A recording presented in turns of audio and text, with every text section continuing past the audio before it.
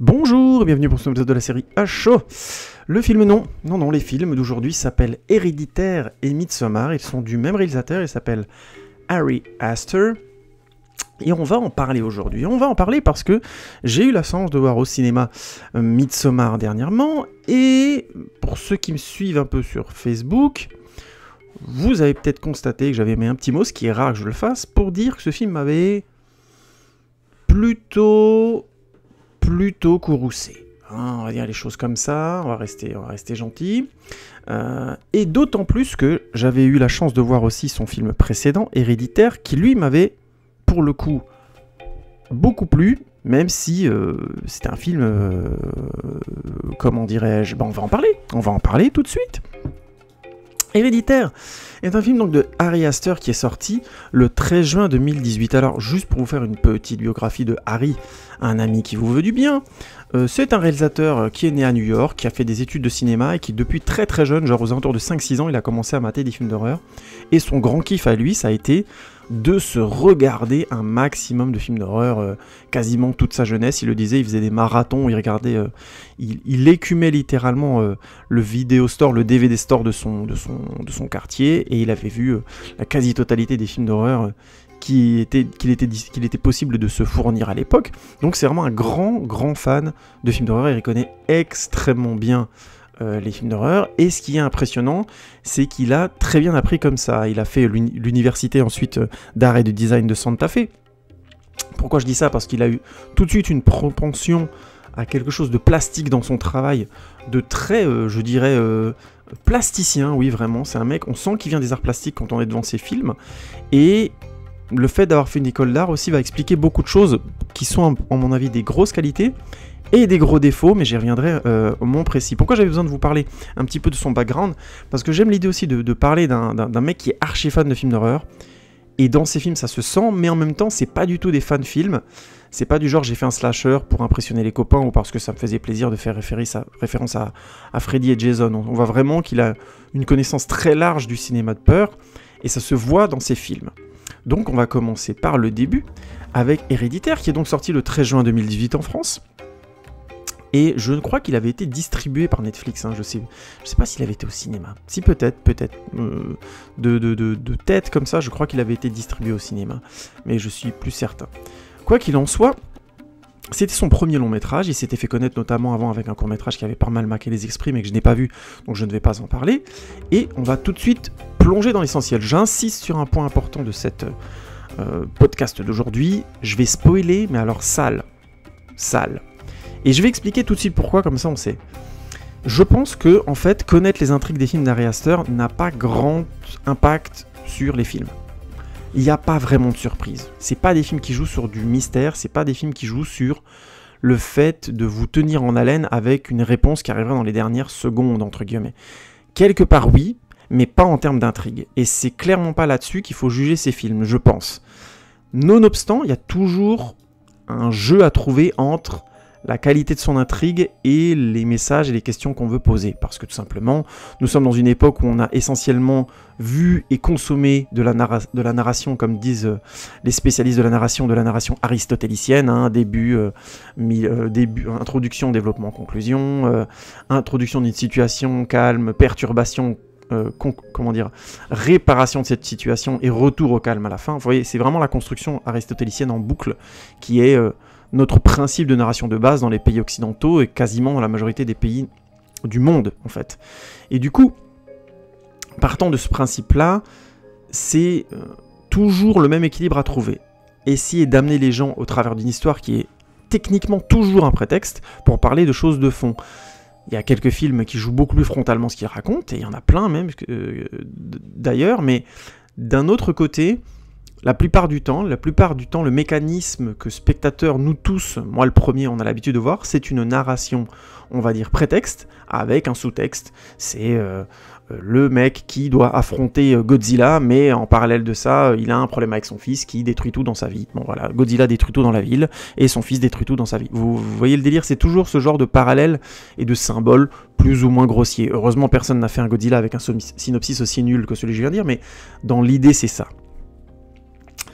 Et donc, il s'agit toujours de trouver ce bon équilibre entre maintenir, non pas un mystère, mais une certaine tension, avec différents outils dont je vais parler après, et qui sont très intéressants chez Ari Aster, et d'aller vers le fond, d'aller vers ce qui nous intéresse vraiment en tant qu'auteur, en tant que réalisateur, en tant que j'ai envie de vous parler de quelque chose de singulier, qui me ressemble, qui me questionne, ainsi de suite, et qui fait que le film que vous allez voir va être unique, et pas une énième, millionième itération d'une même histoire avec les mêmes symboles.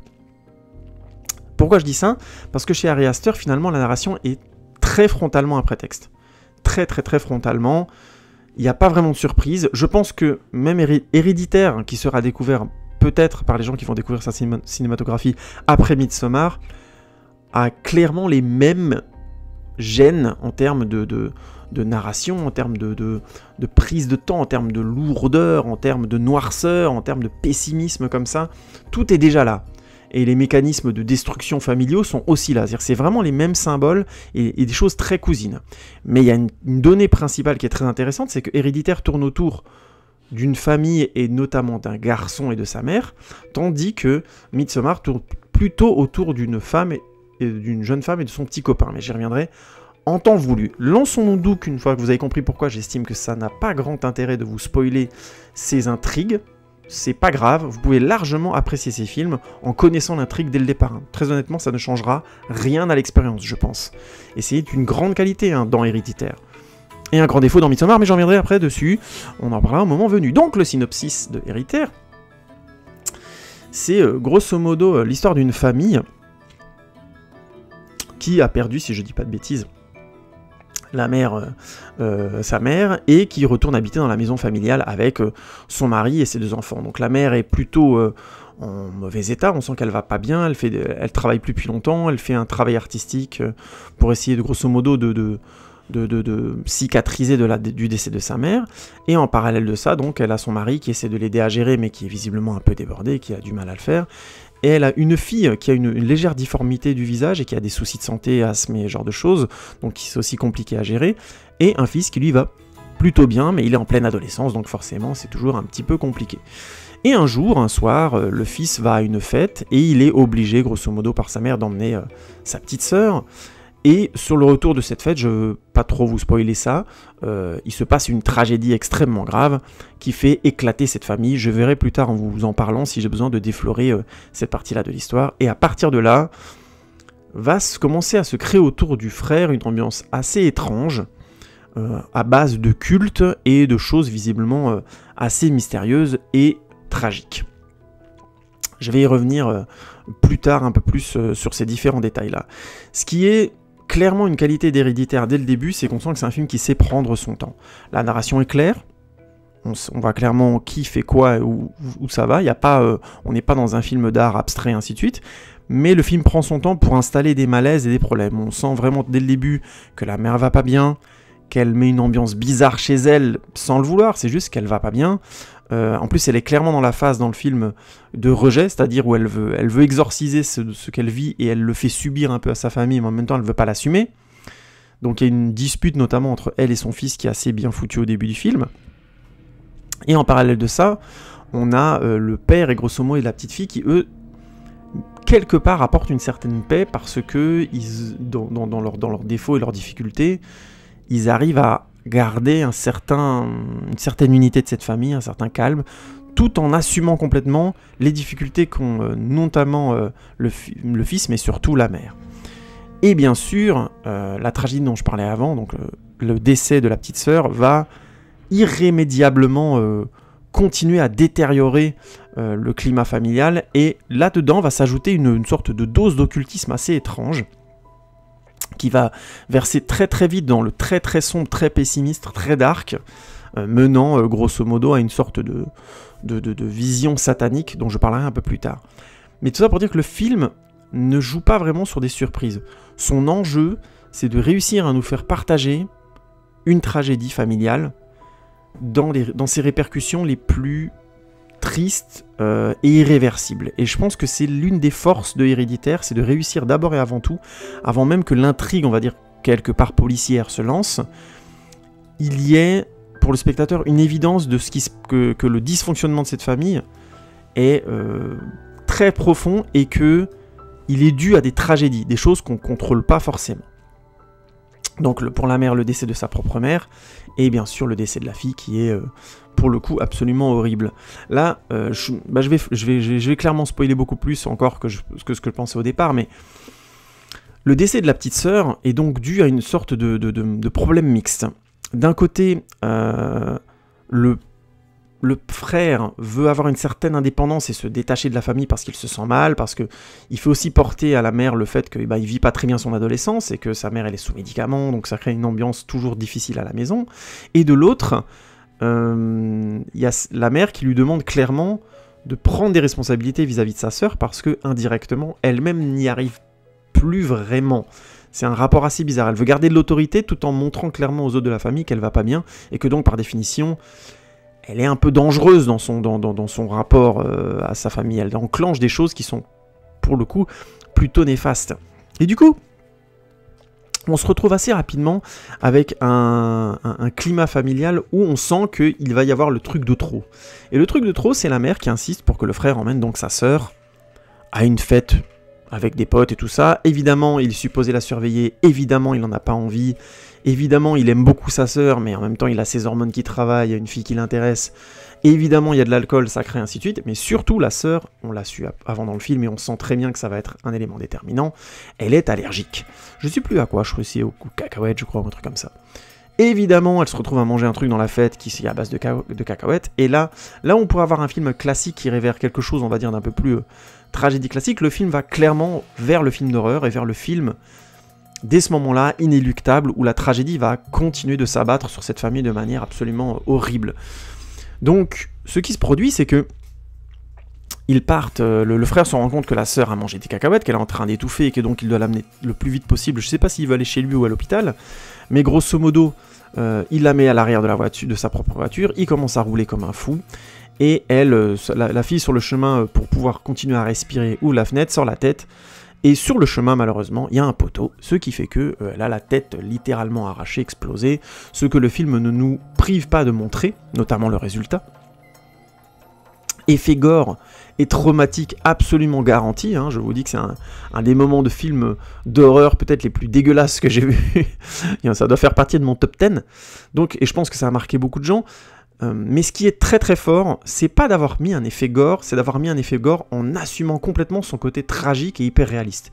Et ça, c'est génial. Honnêtement, il n'y a pas beaucoup de films qui arrivent à aussi bien le faire.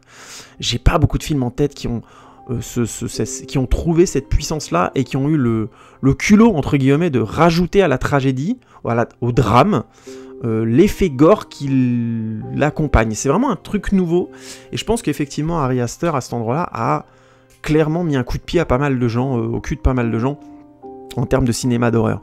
Alors, il ne faut pas non plus en rajouter, il n'a rien inventé, hein. Cronenberg le fait depuis très longtemps. Je vous conseille de voir les séries de films de David Cronenberg à partir de La Mouche et ainsi de suite, et vous allez voir tout de suite ce que c'est que de la tragédie avec du gore, il n'y a pas de problème. Et je vous parle même pas des films où ça bascule un peu plus dans le métaphysique avec Vidéodrome, où là ça devient carrément dérangeant, quoi. Mais c'est pour dire, il n'a pas inventé, il y en a eu plein avant lui. Mais je trouve qu'il a su, quelque part, là où Cronenberg mettait toujours une part de fantastique, mine de rien, pour inconsciemment ou consciemment modérer la chose, dans Héréditaire, c'est frontal.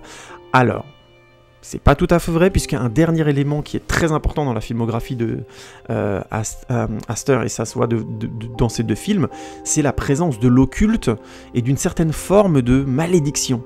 Il se trouve que la petite sœur, sur le chemin de l'allée, quand elles y vont quand ils vont à la fameuse fête avec son frère, elle voit ce fameux poteau. Et je crois qu'il y a une sorte, je sais plus s'il y a un corbeau dessus, franchement je me souviens plus, mais il joue beaucoup sur le fait que, j'ai vu Héréditaire il y a un petit moment, donc là ça me revient pas exactement en termes d'image, mais le poteau est clairement filmé comme un présage. La petite sœur sent quelque chose, il y a quelque chose qui va pas avec ce poteau, et c'est ce poteau-là sur lequel elle va s'éclater. Il y a une sorte de prémonition de choses qui est enclenchée. Et on comprend plus tard dans le film que la grand-mère était en fait une sorcière, et que sa mort était en fait une première étape à tout ce qu'allait vivre cette famille. Donc il y a constamment chez Aster ce truc du destin, mais c'est pas vraiment le destin, c'est vraiment la malédiction. C'est des gens qui sont embarqués dans quelque chose qu'ils méritent, et ça c'est assez horrible à dire, mais c'est très affirmé dans son cinéma, et autant dans Héréditaire je peux l'envisager. Autant dans Midsommar, je trouve que ça fonctionne pas, que c'est complètement gratuit, mais j'y reviendrai au moment venu. Dans Héréditaire, donc, on a ce truc qui est dit, la grand-mère, grosso modo, était une sorcière, et elle a eu sa fille dans l'objectif de faire de son petit enfant le réceptacle d'un démon. Et donc, pour ça, il fallait qu'il y ait toute une suite d'événements qui s'enclenchent. Son décès allait mener la mère à revenir dans la maison familiale. Elle le savait, elle l'avait éduqué comme ça. Ensuite, les esprits, ou je sais pas comment dire, les augures allaient tout faire pour que la tragédie s'abatte encore sur la famille. Et que du coup, la mère se mette à chercher des éléments sur sa propre mère, à comprendre ce qui s'était passé, se rendre compte qu'il y avait qu'il y a un problème avec son fils, qui lui commence à avoir je crois des chaleurs, des maladies, des moments où il est tout fiévreux comme ça, où ça va plus du tout. À l'école, il a des visions, donc il commence vraiment à vriller sérieusement, et donc sa mère commence à chercher des éléments, trouve dans les éléments qui se trouvent au grenier de leur maison, de la maison de sa mère, de la grand-mère, des éléments occultes. Elle commence à faire des recherches sur un démon qui est supposé revenir dans un corps, et ainsi de suite. Se rend compte qu'il y a carrément un livre où est relaté ce qui doit se passer. Elle essaie de le brûler, et ça la brûle elle. Donc il y a carrément des éléments. Quand je dis que c'est une malédiction, c'est que le film très très vite te fait comprendre que c'est sans issue. Elle va pouvoir trouver des éléments, elle va pouvoir essayer de combattre les événements, mais elle aura beau faire, ça ne marchera pas. Et le film te laisse aucun doute. Le meurtre de la petite fille au début est assez horrible pour te laisser aucune chance. Et là où je dois insister dès maintenant sur cette forme et sur l'intelligence qu'a Ari Aster dans ce film-là, c'est que il nous fait partager la tragédie, là où on aurait pu s'arrêter à souvent de l'ellipse, vous savez, le personnage meurt, ellipse, on est à l'enterrement, les gens sont tristes, machin. Non, il y a une grande qualité dans la perception de la tragédie humaine chez Ari Aster, c'est d'assumer complètement le fait que la tragédie est à des moments horribles, des moments particulièrement blessants et violents, qui sont des moments traumatiques, et c'est ces moments-là que lui, il veut montrer et mettre en scène. On a notamment cette scène, mais absolument géniale pour le coup, où le frère donc est avec la sœur en voiture, il roule, il entend ce fameux bruit qui est donc la tête de la sœur qui a été littéralement écrasée, arrachée, décapitée, je ne sais plus exactement, mais en tout cas massacrée. Il entend le bruit, donc il comprend tout de suite qu'il y a quelque chose de grave qui vient de se produire. Je crois qu'il n'ose pas tourner le regard, si je me souviens bien, et il continue de rouler. Et ce qui est assez génial, c'est que il arrive chez lui, et évidemment, comment tu fais? Qu'est-ce que tu fais? Tu sors de ta voiture et puis tu vas dire j'avais bu, j'ai pas surveillé ma sœur, elle a commencé à s'étouffer, elle a sorti la tête par la fenêtre de la voiture, elle s'est fait arracher la tête par un poteau. Enfin, c'est inracontable, c'est intransmettable. Enfin, il y a un truc comme ça qui est juste pas possible. Et du coup, il rentre chez lui, ses parents sont pas encore levés, je crois qu'il est nuit ou c'est l'aube, je sais plus, et il va se coucher. Il se met dans son lit, c'est-à-dire qu'il est comme un zombie, et il va se mettre dans son lit et il attend. Et évidemment, c'est horrible puisqu'on entend la mère se lever, dire ah oui, il est pas venu me chercher, machin, elle est où? Elle va voir la chambre de sa sœur. Tout est dans le son, hein. On entend qu'elle va dans la chambre de sa sœur, qu'elle la trouve pas, elle est où, machin. Elle sort, évidemment, elle tombe sur la voiture et elle hurle, et c'est horrible, c'est absolument horrible, puisque dans le plan, on reste sur le frère, qui lui est dans le lit comme ça, avec la couverture sur lui, et qui est... les acteurs sont excellents, que ce soit Toni Collette ou Alex Wolff qui joue le rôle du fils, ils sont tous les deux formidables, et du coup, ce qui est génial, c'est de réussir à transmettre une tragédie aussi invivable, de manière aussi juste. La séquence est longue, elle est pesante, elle fait mal, ce qui fait que elle fait tellement mal, je trouve, en tant que spectateur, que tu peux plus avoir de doute sur le fait que ça va mal se finir. Comment tu cicatrises un truc pareil? Le film pose la question, puisqu'on voit clairement que la mère, ayant fait plusieurs thérapies, ainsi de suite, depuis la mort de sa propre mère, est constamment en train de chercher des éléments. Elle fait par des boulots artistiques, ainsi de suite. Elle essaye de vraiment trouver des éléments pour s'en sortir. Mais là, on franchit un cap encore dans l'horreur, quoi. C'est-à-dire, le film le dit assez directement, elle pardonne pas son fils. C'est-à-dire que il y a des très beaux dialogues où elle lui dit grosso modo qu'elle lui pardonne, mais en fait elle lui pardonne pas. Et c'est ce truc lancinant d'être face à une tragédie qui est quelque part... On peut quasiment que vivre avec. C'est ça qui est très bon dans ce film-là, c'est qu'on sent vraiment qu'à un moment donné, la tragédie t'accompagne. Une fois que tu l'as vécu, c'est trop tard. C'est comme ça fait partie de l'existence. Il y a des gens qui vont avoir la chance de traverser la vie sans vivre des tragédies aussi horribles, mais il y en a, qui le vivent. Et en fait, c'est pas qu'on s'en remet, c'est que on doit à un moment donné faire avec si on veut continuer à vivre. Il y a une sorte de condition sine qua non qui est horrible, mais qui rend aussi du coup la mise en scène d'Ari Aster de ces moments-là de manière très très juste. Et j'insiste sur ces points forts parce que toute la dernière partie du film, qui bascule clairement dans l'ésotérisme, comment dire, le démoniaque, et ainsi de suite, la malédiction, la sorcellerie, tout ce que vous voulez, est d'autant plus intéressante que Ari Aster a l'intelligence de nous laisser avec des symboles, mais les 3/4 des symboles, je pense qu'il n'y a pas moyen de comprendre ce que c'est. C'est-à-dire que grosso modo, on voit un peu dans les livres, le fameux livre qu'a trouvé la mère, qui raconte tout ce qui est supposé se passer et qu'elle essaie de détruire pour sauver son fils, voilà, le rituel va être comme ci, comme ça, qu'il va y avoir des gens qui vont se faire couper la tête, qu'il y aura des gens à poil et tout ça qui vont le recevoir. En fait, t'as tout un truc qui est plus ou moins présenté, mais tu comprends pas trop ce que c'est. Et à la fin du film, donc, la fin du film, c'est que la mère... Ah, j'avais dit, je spoil tout, hein, mais pour moi, ça change vraiment pas l'intérêt de voir le film. Hein. La mère donc demande au père un coup de main, qui lui est constamment perdu, qui est joué par Gabriel Byrne d'ailleurs. Pour ceux qui l'aiment bien, c'est Keaton dans les Usual Suspects, et il est bien dans ce rôle, mais il faut être clair, le rôle est quand même très secondaire. Mais même si lui, il est vraiment bien, il n'y a pas de souci. Et elle lui demande de brûler le fameux livre parce qu'elle lui explique que quand elle l'a brûlé, ça n'a pas marché. Lui, il est complètement sceptique puisqu'on comprend bien que, évidemment, après la tragédie de la mort de la petite sœur, la famille se sépare, hein, ils n'arrivent plus à se retrouver vraiment. Donc le père, il est en train de dealer avec son deuil et la mère lui raconte que la grand-mère était une sorcière, machin, donc il est complètement paumé. Il lui dit, écoute, je t'emmène à l'hosto, ça va plus. Et finalement, elle arrive à lui convaincre de brûler ce fameux livre. Et quand vous avez peut-être vu ce mème sur Internet, il brûle le livre et en fait, il prend feu. Et en prenant feu, la mère est tellement choquée, ça arrive à un tel niveau de choc, qu'elle tombe une sorte de catatonie, quoi. Et ensuite, le fils arrive à la maison, arrive chez eux, tombe un peu sur le cadavre cramé du père, donc il sait pas que c'est lui, mais bon, c'est une situation complètement folle. Et là, on se rend compte que la mère, elle est devenue clairement possédée par le fameux démon, elle se balade au plafond et tout, elle commence à lui courir après. Lui s'enfuit dans le grenier, il y a toute une poursuite, et finalement... il retombe sur sa mère, qui est donc une image absolument hardcore, où elle lévite dans les airs, et elle est en train de se scier le cou avec un fil à beurre, un truc comme ça, donc c'est avec un bruit horrible, ça fait... Enfin, c'est dégueulasse. La scène est choquante au possible, en plus ça marche très très bien, puisque évidemment Toni Collette est très touchante pendant tout le film, du coup, bon bah évidemment, de la voir se faire ça, et de voir que la malédiction est en train de se produire, c'est particulièrement choquant. Et derrière, donc, Alex Wolff, donc le fils, va dans une sorte d'abri, je crois, qui est à côté de la maison. Et dedans, il y a des gens à poil, machin, qui le reçoivent avec des masques, qui lui mettent une sorte de couronnement, et donc, visiblement, le démon est revenu en lui. Et ce qui est étonnant, c'est que le film ne répond pas à deux questions, et je trouve que c'est là que le film est très très bon. Un, est-ce que vraiment le démon est revenu en lui? Parce qu'il...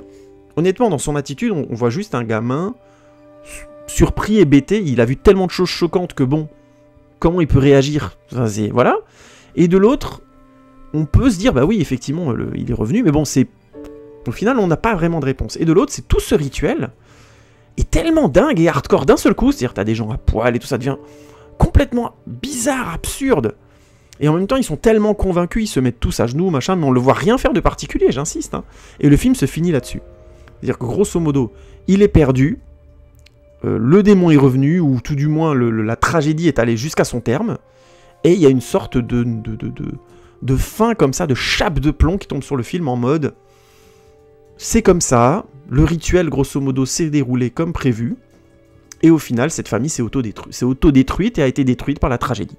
Donc ce qui est, de prime abord, on pourrait considérer que c'est un film ultra pessimiste, et comme j'aime pas beaucoup les films pessimistes, j'ai toujours une tendance à être contre le film. À avoir une première réflexe à me dire non mais va chier, c'est bon, l'histoire comme ça va, il y a assez de choses pessimistes dans le monde, blablabla. Je reviendrai là-dessus, c'est un vrai thème pour moi qui est au cœur d'une de mes critiques de Midsommar, mais qui est discutable, profondément. De prime abord, donc on pourrait voir que le film est pessimiste, mais en fait, ce que j'aime beaucoup et ce que je trouve qui fonctionne dans Héréditaire, et pas dans Midsommar, mais j'expliquerai ça après, c'est que dans Héréditaire, c'est un film en fait qui, sous couvert de fantastique, te dit que malheureusement la tragédie, quand elle arrive à un certain point, elle détruit les gens. Et c'est juste réaliste, c'est pas plus comment dire, c'est pas plus pessimiste, c'est pas un constat, c'est pas un comment dire, il arrive pas en nous disant ah vous voyez ça se passe mal, hein, c'est dégueulasse, il fait pas le malin avec Héréditaire.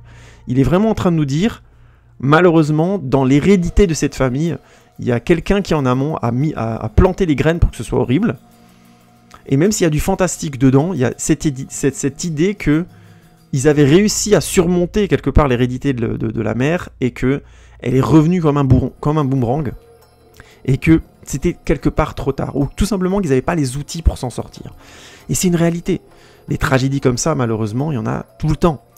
Des familles qui s'autodétruisent avec des histoires sordides de suicides et de meurtres et de crimes passionnels. Il y en a plein tous les jours. Du coup, c'est aussi quelque part une forme de maturité dans ce film d'horreur de Ari Aster, de savoir dire à un moment donné, la tragédie mène parfois à une autodestruction et à peut-être même à pire. C'est ça qui est terrible. Et je trouve que c'est un film très fort là-dessus. Je suis pas fan de tout, je pense que notamment il y a une... J'ai toujours ce... Non, je parlerai de ça après, mais juste pour conclure sur Hérédité, je trouve que c'est un grand film.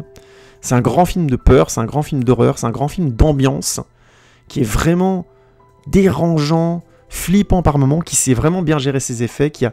je n'ai pas insisté là-dessus, mais dans la mise en scène de Ari Aster, il y a un grand travail sur les décors et sur la mise en place de l'angoisse qui fonctionne très très bien, déjà dans Hérédité, où il y a peu de décors, et il a porté ça un peu au niveau un peu plus ouf dans Midsommar, mais je reviendrai dessus après. Et ça fonctionne très très bien, il utilise vraiment très bien ses décors. La maison, l'ancienne maison de la grand-mère est beaucoup jouée comme une sorte de vieille maison de sorcière, mais sans le dire, avec du bois partout. Résultat, quand la mère commence à se balader au plafond et ainsi de suite, ça fonctionne très très bien. On a tout de suite l'impression, non pas d'être dans une maison lambda américaine, mais bien dans une maison un peu plus ancienne, avec une histoire. Le grenier aussi, où il trouve les différents éléments, où il retrouve aussi le corps de la grand-mère avec la tête coupée, là, est très réussi. Ça a l'air d'être un grenier lambda, mais pas du tout. Il y a vraiment de la paille, il y a un côté comme ça, vieille maison, avec des éléments assez subtils. Et la fameuse cabane à la fin du film, où se trouve donc le fameux rituel juste à côté de la maison, est très réussi aussi, avec son côté kabbalistique, ancien. Enfin voilà, il y a un grand soin dans les décors et dans la manière dont les décors sont visités, qui est très réussi chez lui, dans Héréditaire, et qui s'ajoute à cette qualité de la mise en scène, avec cette lenteur, cette pesanteur qu'il arrive à mettre, et ce côté... quand même quelque part franc-tireur de dire moi la tragédie je vous la mets dans la gueule. Donc voilà, la tragédie c'est pas drôle, ça fait mal, c'est violent, et au cinéma c'est intelligent, vraiment l'idée la plus originale pour moi, la plus vraiment forte, c'est vraiment ce truc de dire voilà il se passe une tragédie et je vais vous la montrer quoi. Vous allez pas passer à côté, et ça de manière graphique, et je trouve que ça ramener le gore de cinéma qui est resté finalement encore au jour d'aujourd'hui un effet de genre assez drôle, au niveau d'une incarnation frontale de la mort, de la violence, de la douleur, c'est fort. Dans le genre, c'est du Francis Bacon, mais en cinéma. Ça, c'est plutôt cool. Et franchement, il refait ce genre d'effet dans Midsommar, et ça refonctionne aussi. Ça, c'est vraiment balèze. Bref, si vous n'avez pas vu Héréditaire, je vous le conseille, c'est vraiment du grand cinéma. J'ai été admiratif de la qualité du scénario, de la qualité de la mise en scène et de ce que les acteurs ont fait. Oui, j'ai pas assez insisté dessus, mais il est clair que aussi bien Toni Collette, encore une fois, j'en ai déjà parlé dans d'autres vidéos, mais si vous n'avez pas vu The United States of Tara, vous devez regarder The United States of Tara, que j'arrive pas à prononcer correctement, laissez tomber mon anglais. Toni Collette est vachement bien, elle est excellente dans ce rôle, et je vous conseille d'ailleurs de voir la série aussi bien en français, puisqu'elle est doublée par Marjorie Frantz, qui la double parfaitement, mais dans la version originale aussi, elle est excellente. Bref, vraiment une grande actrice. Et en parallèle de ça, Alex Wolff, que vous avez peut-être vu, je crois que je l'ai essentiellement vu moi dans un film qui s'appelait La face cachée de Margot, qui était pas mal du tout, qui était un beau film sur l'adolescence, que je vous conseille de voir d'ailleurs. Il faudrait que je fasse un blog dessus, je crois qu'à l'époque j'avais fait une vidéo de 2 minutes, je suis plus certain. Là-dessus, c'est vraiment bien comme film, très beau film, où il était très bien dedans, et là, il joue très bien le fils perdu, déprimé, qui vit une tragédie horrible, il est excellent aussi dedans. Bref, très bon casting, peu de personnages, mais pour le coup très réussi. Film que je vous recommande grandement, et qui est un grand film de cinéma.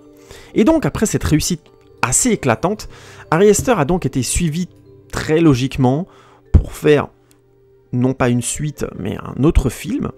Et ce film, eh ben, c'est Midsommar. Midsommar, qui a donc eu sa petite hype, je pense, tout à fait méritée, et qui a permis, là, vraiment, pour moi, c'est le film qui est en train d'introniser clairement en 2 ans, puisque Hereditary est sorti en 2018 et Midsommar est sorti cette année. Là, c'est vraiment deux films qui vont par définition le propulser au niveau des cinéastes en vogue, des cinéastes à voir. Et je pense que c'est tout à fait mérité au vu de la qualité d'Héréditaire et au vu de ce qui est tenté dans Midsommar. À mon avis, c'est raté, mais j'insiste, ça reste une tentative qui, rien que la tentative, donne le mérite au réalisateur d'être connu et d'être reconnu pour ça. Rien que la tentative. Mais je vais revenir là-dessus plus précisément. Donc, Midsommar est sorti au cinéma le 13 juillet 2019 et je l'ai vu au cinéma en version originale. Avant d'aborder clairement l'analyse de ce film, on va quand même se faire un petit tour sur le synopsis, un petit pitch, histoire de... Danny et Christian sont sur le point de se séparer. Grosso modo, on comprend assez vite que Christian en a marre, puisque Danny a toujours eu des soucis, visiblement, de gestion de ses émotions, et elle a une sœur qui, régulièrement, lui envoie des messages, lui dit que ça va pas très très bien. On comprend que dans la famille de Danny, c'est un peu compliqué. Et malheureusement, ce soir-là, la famille de Danny meurt tout entière dans une sorte de suicide organisé par la sœur. Grosso modo, la sœur se suicide et elle tue en même temps les parents. Évidemment, c'est une tragédie horrible, inacceptable. Christian, évidemment, ne peut pas la plaquer à ce moment-là, mais même je suis pas tout à fait sûr qu'il voulait la plaquer, en fait. Ça allait pas, mais bon. Et donc, ils restent ensemble, et je pense que, grosso modo, 6 mois plus tard, puisque je crois que ça se passait en hiver, cette partie-là, je suis plus certain, quelques temps plus tard, en tout cas, Christian et un groupe de ses potes prévoient de partir en Suède pour faire une thèse, ou faire tout simplement un voyage. Christian le sait pas trop, mais un de ses amis notamment va faire une thèse sur un groupe qui vit, une communauté qui vit donc en Suède, et ils sont invités par un des membres de cette communauté, qui est un de leurs potes, qui s'appelle Pelle. Et donc, très vite, un petit malaise se met en place parce que Danny savait pas que Christian partait, donc elle lui en veut, mais en même temps, elle veut pas non plus l'emmerder et l'empêcher d'y aller, donc ils ont un dialogue comme ça qui est assez intéressant, où grosso modo lui dit « mais j'ai l'impression que tu me critiques », elle lui dit « non, mais moi je voulais pas que tu le ressentes comme ça, c'est juste que j'étais surpris de l'apprendre dans une soirée que t'allais partir, j'étais pas au courant, machin ». Et donc de quiproquo en quiproquo, Danny se retrouve à y aller aussi, ce qui n'est pas forcément du goût du groupe de copains qui voulaient aller avec Christian en Suède. Ils avaient plutôt prévu de faire ça entre potes, notamment un de leurs potes qui s'appelle Marc et qui lui avait plutôt prévu d'aller coucher avec des Suédoises, c'était plutôt ça, c'était plutôt le road trip entre guillemets. Et donc ils se retrouvent un peu tous avec le boulet Danny avec eux, je caricature à peine. Donc ils partent en Suède et se retrouvent donc assez vite dans cette communauté un peu perdue du côté du village de Harga, si je le prononce probablement très mal. Et donc très très vite, cette communauté, qui a l'air d'être une communauté relativement apaisée, où les gens sont tous habillés de blanc, ont différents codes, évidemment, que Danny, Christian et leurs différents copains ignorent complètement, donc ça crée des malaises, mais ça crée aussi une certaine forme de côté paisible. Nonobstant, dès qu'ils arrivent, on leur offre des champignons, donc autant dire qu'il y a une ambiance un petit peu, Summer of Love, mais très très vite, cette ambiance va vriller quand ils sont amenés à assister à une cérémonie où, grosso modo, les anciens du village, donc les 2 personnes qui ont dépassé 72 ans, sont supposés se donner la mort, puisque leur cycle de vie est terminé. Et donc, ils assistent devant leurs yeux au suicide, grosso modo, de ces 2 personnes, ce qui enclenche, bien sûr, une certaine angoisse, mais en même temps, une certaine curiosité de la part de Jack, mais aussi de Josh, celui qui était venu faire, visiblement, sa thèse sur cette communauté, et qui, visiblement, savait plus ou moins qu'il allait assister à ça. Bien sûr, Danny est très choquée, elle en parle à Christian, qui lui devient de plus en plus étrange, parce que quelque part, il commence à réaliser qu'il a envie de faire une thèse aussi sur cette communauté-là. Donc bref, le contexte devient de plus en plus grave, mais visiblement, les différents amis vont encore rester dans cette communauté. J'ai pas besoin d'aller beaucoup plus loin pour vous faire comprendre que, vu ce que je viens de vous raconter sur Héréditaire, ça va pas bien se passer. Je sais pas si je vais tout spoiler, mais je pense que oui. Je pense que je vais spoiler grosso modo la totalité de ce film. Donc si vous ne l'avez pas vu, évidemment, arrêtez-vous là si vous voulez pas vous faire spoiler. Mais encore une fois, je pense que ça ne changera rien à l'impact et à la qualité de Midsommar. Parce que, il faut être clair, Ari Aster est un sacré faiseur d'images. Midsommar, très très vite, a des images splendides, mais splendides. Il y a un travail que j'aime beaucoup chez lui, qui est sur le travelling à suspense, mais on va dire tragique. Je m'explique. Au lieu de voir directement ce que la sœur a fait et comment elle l'a fait, le film choisit de faire un long plan séquence où on part d'une voiture qui est dans le garage en suivant grosso modo les sauveteurs qui sont arrivés avec des masques à oxygène et tout, donc on comprend que la maison est bourrée de dioxyde de carbone venant de la voiture. On a un tuyau qui part du pot d'échappement de la voiture avec du scotch et tout, et donc on suit le tuyau qui monte à l'étage, par les escaliers tout doucement, qui va vers la chambre des parents, où on comprend que, bon, ben, avec le scotch qu'il y a sur le mur de la chambre, ben, on comprend ce qui s'est passé, hein, ils ont été empoisonnés. Donc la porte s'ouvre, on voit les deux parents décédés, et ensuite on tourne, la caméra tourne tout doucement, retourne vers le tuyau, et on voit bien de loin dans la chambre, c'est pas du genre on le voit au dernier moment, on regarde la moquette, hein. On est vraiment près du sol, on suit le tuyau, et tout doucement on va vers le corps de la sœur qui a le scotch, le tuyau scotché sur la bouche, qui a du vomi et tout ça, donc c'est absolument dégueulasse évidemment. Et donc, on a encore une fois, il y a ce talent pour donner à la tragédie la lourdeur de son impact émotionnel. Ça, c'est assez génial. Ce plan-là, il m'a bien retourné la tête, j'ai trouvé ça mais dégueulasse au possible. Et horrible. Très vite, je me suis dit, non, franchement, là, le film va être compliqué, mais je m'en doutais un petit peu, parce que, ayant vu Héréditaire, je savais où je mettais les pieds, mais grosso modo, je me suis dit, waouh, il y arrive quand même très très bien, l'enfoiré, il est doué. Et c'est incroyable à quel point il arrive à donner du poids à la tragédie, et un poids quasi, comment dire, on a l'impression de tomber dans un gouffre sans fond. Ça, c'est vraiment très fort, ce qu'il fait. Et on a ensuite un plan splendide, où Christian est allé réconforter Danny, qui est juste... qui arrête pas de dire non, non, non, non, qui hurle, qui pleure, enfin qui est dans un état évidemment comme on peut l'être dans ce genre de situation, c'est intenable comme situation à vivre. Et elle est prostrée sur ses jambes, ils sont assis sur un canapé, et il y a un travelling très lent, qui va tout doucement vers eux, et en fait qui va pas vers eux, elle va vers la fenêtre derrière eux, où donc on a de la neige. Oui c'est ça, donc ça c'est bien ce que je disais avant, ça se passe 6 mois avant.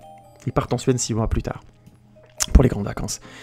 Et on a vraiment ce long plan qui laisse vraiment le temps à Danny de pleurer, d'exuder de la tristesse et du désespoir comme ça. C'est vraiment très fort. Enfin, rien que pour ces plans-là, le film est splendide. Et c'est que le début. Là, je vous ai donné 2 plans qui sont juste au début. Parce qu'ensuite, quand on arrive en Suède, on a des plans un peu plus classiques, on est à l'intérieur de voiture, des chants, des contre-chants, on a des petits plans pour mettre le malaise avec les copains, on comprend que les copains, ils n'avaient pas trop prévu qu'elles viennent, mais qu'au final, Pelle est assez content que Danny vienne très très vite, donc ils ont tout de suite un rapport comme ça très sympa. Pelle, c'est le membre de la confrérie, là, de la fameuse fraternité qui les invite, et on comprend très très vite que on est en train de passer une phase un peu narrative, parce que ce qui intéresse vraiment... Ari Aster après la tragédie de la famille, sur laquelle il s'est bien appesanti, il a donné beaucoup de lourdeur et de force, c'est de partir et d'arriver vite à la communauté. Et on a un très beau plan, vu de dessus, en drone, hein, je pense, ou j'en sais rien, où on voit les gens, on voit le groupe marcher, ou je sais plus si c'est en voiture, et on les voit tourner dans une forêt. Et ce qui est cool, c'est que le chemin pour tourner à droite est quasi imperceptible, et à partir de là, le film te dit clairement, ils vont jamais revenir. C'est-à-dire qu'une fois qu'ils sont rentrés dans la forêt, il y a une sorte d'évidence qu'ils ne peuvent pas revenir en arrière. Parce que on a ce plan nous fait vraiment quitter littéralement le monde. C'est-à-dire qu'on est sur une carte, et on va sur une carte complètement... on rentre dans une forêt, on rentre dans quelque chose quasiment de mystique, et on verra jamais la liaison entre cette route et bien sûr le village de Pelle. Parce qu'il faut qu'on soit perdu. Autant que les personnages. Et c'est un plan tout simple, hein, qui fonctionne, mais alors parfaitement. C'est vraiment très très fort. Parce qu'après, pendant le reste du film, on a l'impression d'être sur une autre planète. Ça, c'est vraiment très très bon, hein, j'insiste. Et évidemment, quand ils arrivent dans la fameuse communauté, les décors sont splendides. C'est-à-dire qu'on a un mélange entre une forme de... comment dire ça? Il y a un côté un peu indien. C'est un mélange indien... en même temps, ça m'a fait aussi penser à des settlers américains, à des... le mot français me revient pas. Oui. Des pionniers, vous voyez ce que je veux dire, les gens qui sont allés en premier aux États-Unis, là, qui ont construit des... Bon, ça me revient pas. Je pense que vous voyez ce que je veux dire à l'époque, hein, quand on a découvert les États-Unis, qu'il y a les premiers, même ceux qui sont allés vers l'ouest lointain. Oh, bon, le terme me revient pas, c'est pas grave. Mais grosso modo, c'est ce type de maison, vous voyez, avec un mélange de bois et de toile. Il y a quelques bâtiments en dur, mais au final, c'est surtout du bois. Et on ressent tout de suite un saut dans le passé. Mais ce qui est plutôt classe, c'est qu'il y a une ambiguïté de culture. C'est-à-dire qu'il y a un mélange de culture indienne, de culture nordique aussi, puisque les dessins, notamment, on voit beaucoup de dessins sur les murs, sur les tissus, la manière dont les dessins sont faits. Des fois, c'est des broderies, des fois, c'est de la... Je sais pas si c'est de la craie ou si c'est plutôt de la peinture sur les murs. Il y a un côté comme ça, enfantin, qui renvoie à des... Dans le trait, dans le dessin, qui renvoie plutôt à de la... Comment dire, à de l'art brut, à de l'art un peu... j'allais dire sauvage, mais le terme n'est pas juste. Oui, c'est vraiment plutôt de l'art brut, mais ce mélange crée vraiment une culture à part qui a l'air d'avoir pioché un peu partout et en même temps qui a l'air d'être une culture en elle-même. Ça, je trouve que ça fonctionne très très vite, notamment aussi parce que cette fameuse communauté vit, ils sont tous habillés en blanc et ils ont une attitude qui, moi, m'a fait penser un peu à ce qu'on pouvait voir dans les différents documentaires qu'il y a eu sur les sectes, les sectes qui ont mal tourné du Flower Power. Donc, bon, évidemment, la Manson Family, mais je pense, sans aller aussi loin, vers des sectes, tout simplement, les gens se sont trouvés à perdre... je pense que vous avez déjà entendu parler de ça, il y avait eu des documentaires là-dessus, sur des gens qui ont perdu 20 ans de leur vie à vivre dans des sectes sans économiser pour leur retraite, plein de choses comme ça, et qu'à la fin, comme... au départ, ils étaient 300, très vite, ils se sont retrouvés à 100. Il y en a certains qui ont tenu 20 ans comme ça, en restant 100, en pensant qu'il y en aurait des gens qui viendraient. Finalement, personne n'est venu. Et c'est des communautés qui se sont dissoutes un petit peu, comme ça arrive parfois. Bon. Et c'est des gens qui se retrouvent avec rien. Beaucoup se sont retrouvés à la rue. Et il y a eu des documentaires très intéressants sur le fait qu'ils étaient un peu aux abois. Et c'était... j'évoque ça parce que leur plus grosse difficulté, c'était pas l'argent, c'était pas la faim, c'était pas le fait de ne pas trouver de maison, c'était de se réapproprier des codes qu'ils avaient oubliés et qui avaient changé entre temps. C'est des gens qui te disaient, voilà, ils avaient tellement l'habitude de se dire bonjour de telle manière que quand on a commencé à leur resserrer la main, ils se sentaient agressés ou ils se sentaient complètement en déphasé. Et ben on a la même sensation avec les personnages dans le film, ils sont vraiment... constamment, évidemment, visuellement, puisqu'on sont habillés comme nous, hein, comme des gens, des occidentaux basiques, ils ont l'air constamment de faire tâche, ils sont évidemment à côté des coutumes, ne comprennent rien. Bon, il faut bien comprendre, première critique que je fais dans le film, qu'on leur explique tellement mal les choses, qu'à un moment donné, dans le genre, on veut te pointer du doigt pour te montrer que t'es dans la merde et que t'es le mouton noir, et ben on fait comme ça, hein, on te fait venir dans des endroits où tu connais pas les coutumes, on t'explique rien. Mais je reviendrai là-dessus après, attendez. J'ai dit sur Facebook que j'étais énervé contre ce film, vous allez vite comprendre pourquoi, parce que pour l'instant je suis plutôt dithyrambique. Donc bref, cette culture existe. C'est une des forces du film, c'est elle a une vie, une densité que j'apprécie énormément et que je pense qu'il y a une grande qualité du film. On arrive à croire à l'existence de cette communauté. Nonobstant, et je mets tout de suite un gros bémol, on y croit... de mon point de vue, jusqu'à un certain point. Je vous ai raconté le pitch exprès jusqu'au fameux suicide des anciens. Donc, grosso modo, Pélé, qui explique à Josh, le garçon qui veut faire donc sa fameuse thèse, les différentes coutumes de la famille, lui explique que dans, grosso modo, cette culture, cette communauté, la vie est découpée en 4 saisons. Donc, évidemment, printemps, été, automne, hiver. Et du coup, c'est coupé, grosso modo, je crois, de 18 en 18, je sais plus exactement. Et après 72 ans, grosso modo, on est censé mourir parce qu'on a fini sa vie, machin. Et il y a, après qu'ils se soient suicidés, les deux anciens soient suicidés, on rajoute un élément qui est quelque part joli, qui est de dire ils se suicident parce que il y a des enfants qui vont arriver dans la communauté, qui vont naître, et qui vont reprendre les mêmes prénoms qu'eux. Donc en fait, techniquement, il y a une certaine idée de l'immortalité, de la transcendance, par la transmission du nom, vous voyez, donc c'est une certaine poésie, c'est plutôt beau, je pense qu'il peut tout à fait avoir des cultures qui ont utilisé ce genre de code, c'est très intéressant d'ailleurs, pour moi ça c'est plutôt une belle idée. Le problème, c'est que autant j'avais trouvé la tragédie au début de Héréditaire arriver quand il le fallait, frapper fort et du coup ne se répéter pas, c'est ça qui était très bon. Autant dans Midsommar, il y a une sorte de double effet. On a la tragédie familiale à laquelle, pour vous dire un petit peu mon chemin émotionnel dans le film, je vais l'expliquer comme ça. La tragédie de la famille d'Annie, donc ça, ce que je vous ai expliqué avant, la sœur qui s'est suicidée, qui a intoxiqué les parents, j'ai d'abord vu ça comme quelque chose d'horrible et de fort. Je me suis dit, waouh, mais quel moment, quoi, c'est fou, ça. J'ai rarement vu un truc aussi fou au cinéma. Et ça a chuté à partir du moment où il y a eu le suicide des deux anciens. Je vous explique pourquoi. Parce que j'avais pas été dans les détails. Grosso modo, les deux anciens sont censés se jeter d'une sorte de falaise où ils sont supposés s'éclater sur une pierre, enfin, plus ou moins ce qui est supposé se passer. Au départ, la première personne, c'est la femme, la femme qui se jette, puisque c'est un homme et une femme. La femme se jette, elle s'éclate, elle meurt. Donc voilà. Et le mec se jette et il rate la pierre. Alors je sais pas, est-ce qu'il a fait exprès, bon, je sais pas. Il la rate et donc il est pas mort, il s'est cassé la jambe. Et donc les membres de la secte vont l'achever parce que il est en train de souffrir, donc on va pas le laisser. Il est supposé mourir, il s'est raté, bon. Et donc on a visiblement des membres de la famille du mec qui vont avec un maillet lui éclater la gueule. Ce qui est compréhensible en termes de sens, mais ce qui, selon moi, rend la réaction de Danny et de ses copains invraisemblable. À partir du moment où les gens se suicident, à la limite, tu dis c'est leur décision. Mais quand les membres de la communauté qui te reçoivent vont éclater la gueule du mec à coups de maillet, je ne peux pas concevoir que tu te dises pas, là il faut que je fuis, mais tout de suite. Et le film essaie de nous vendre un peu ça en mode non, mais en fait ils se rendent compte que c'est horrible, puisque en parallèle du groupe de Danny et de ses copains, de son petit copain et des autres, il y a deux Anglais qui sont venus avec un autre fils de la communauté, qui eux réagissent de manière hyper choquée en disant non mais ce mec vient de se suicider, vous êtes complètement fou, en plus vous l'achevez, vous êtes des tarés, des barbares, des machins. Donc ils ont une réaction qui quelque part pourrait être compréhensible, mais qui est tellement excessive qu'elle en devient aussi stupide. Tu ne vois pas un groupe de gens qui te reçoivent perdus au trou du cul du monde, avec en plus les téléphones qui fonctionnent pas, parce qu'évidemment sinon il n'y aurait pas assez de clichés, de films d'horreur, mais je reviendrai là-dessus après, je reviendrai sur le scénario de slasher, nul. Et sans te dire, tiens, si je pète un câble maintenant, je vais peut-être me prendre un coup de maillet dans la gueule. Parce qu'ils viennent de littéralement lui éclater la gueule. Et là où le film bascule dans le stupide pour moi, c'est que tu vois, le film insiste, comme dans Héréditaire, sur le gore tragique. Donc on voit la tête de la femme qui est éclatée, et on les voit clairement éclater la tête du vieux, vraiment à coups de maillet, les dents qui pètent le nez, le cartilage qui se barre et tout, les muscles du visage qui s'étirent, qui se déchirent et tout. On voit vraiment tout. Donc il n'y a aucun doute sur la violence de ce qui se passe. C'est-à-dire que là où c'était dans Héréditaire quelque chose de l'ordre du trauma impossible, ici ça te donne limite trop d'infos. Ça te dit tout de suite, ce que tu vois là est d'une violence sans nom.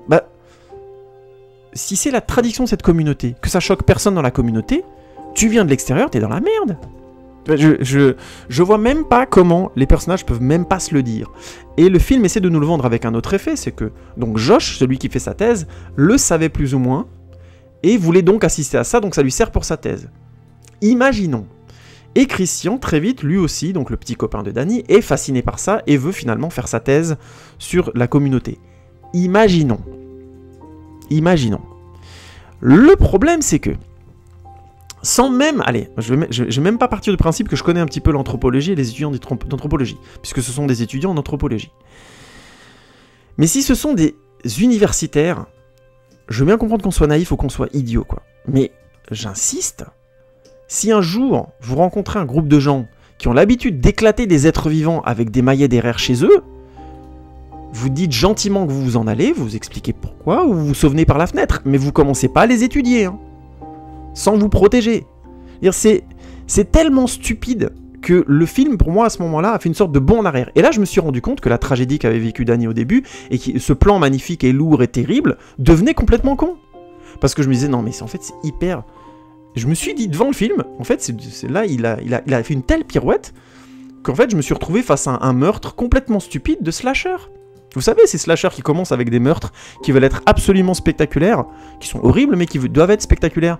Donc c'est destination finale, c'est-à-dire, voilà, tu vois la tête être éclatée par je sais pas, un rail de train ou n'importe quoi, se faire éclaser par une vitre, et tu vois bien une grosse flaque de sludge avec des organes, tout ce qu'il peut avoir dans le corps humain avec des os et des machins et des trucs.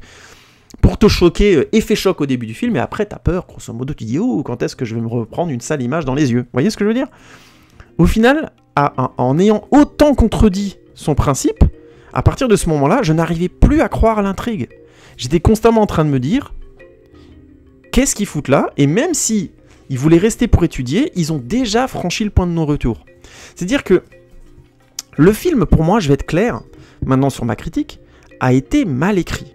Et quand je dis qu'il a été mal écrit, c'est-à-dire que la gradation des événements, à partir du moment où ils arrivent dans la communauté, est stupide. J'insiste, elle est stupide. Non seulement il reste après cet événement horrible, non seulement le couple qui s'est plaint disparaît très très vite après s'être plaint. Je veux dire, ça c'est aussi un truc, mais ça m'a rendu fou, quoi. Je fais, mais ils vont vraiment les faire disparaître tout de suite.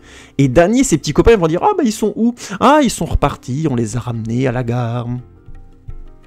Ah ouais, mais ils avaient l'air assez vénères contre vous hier. Vous avez pas peur qu'ils vont vous dénoncer aux flics? Non, non, non, non, non. Ils vont juste rentrer chez eux, ils vont jamais en parler. Je veux dire, c'est tellement con que ça m'a surpris. Franchement, ça m'a surpris. Parce qu'il faut bien comprendre que, en parallèle de cette intrigue, qui en fait est un prétexte très très mal foutu pour qu'il reste dans cette communauté et que Ari Aster puisse s'éclater, grosso modo, à nous montrer de l'occulte en long, en large et en travers, parce que ça a l'air de le fasciner, mais je reviendrai là-dessus après. On a une narration des émotions de Danny, Christian, et notamment du personnage de Josh, qui est même pas, non, qui est finalement pas mal. Je trouve que l'histoire entre Danny et Christian est pas mal. Elle vire dans la dernière partie vers une sorte de pathologie que je trouve naze. Enfin, je sais pas comment le dire, c'est naze. Mais je vais revenir là-dessus après en détail. Mais grosso modo, au moins ça fonctionne. On voit un peu dans l'état d'esprit où se trouve Danny, puisque le personnage de Danny est plutôt bien écrit globalement. Je vais revenir là-dessus après. Mais les circonstances qui les amènent à rester sont tellement stupides qu'à un moment donné, comment faire pour que le reste du film ne devienne pas littéralement pour moi, j'ai emmerdé ma compagne devant le film parce que je pestais toutes les 2 minutes. Au bout d'un moment, je me suis dit non, mais il faut que je me calme parce que je suis en train de lui gâcher la vision du film, bêtement. Mais je n'y arrivais plus. Mais je vais expliquer plus profondément pourquoi après. On va y revenir. Je veux juste m'attarder quelques minutes sur le personnage de Danny parce que Danny, qui est joué par une actrice qui s'appelle Florence Pugh, que je n'avais pas vue dans d'autres films, mais que je trouve très très bien dans le rôle, qui est vraiment très bien, qui arrive à transmettre comme ça le malaise et le mal-être qu'elle a, qui est entourée par des gens qui comprennent rien, qui vient de perdre toute sa famille, donc il y a une sorte de...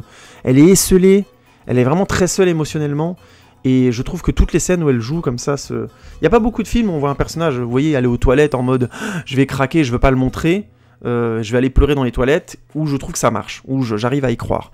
Là, il se trouve que j'y ai cru à chaque fois, je l'ai trouvé crédible, quand elle s'enferme dans les toilettes notamment de l'avion, quand elle fuit les différents gens de la communauté pour aller exploser quelque part, bah, je trouve que ça marche et qu'elle est très touchante à chaque fois, qu'elle a vraiment une incarnation physique, mais dans son jeu, que je trouve vraiment très juste. Elle fait rien d'exceptionnel, elle fait pas des grands gestes et tout ça, mais elle le fait bien, elle a une vraie présence, et ça vient du fait que je pense que la tragédie familiale qui la touche fonctionne d'une certaine manière.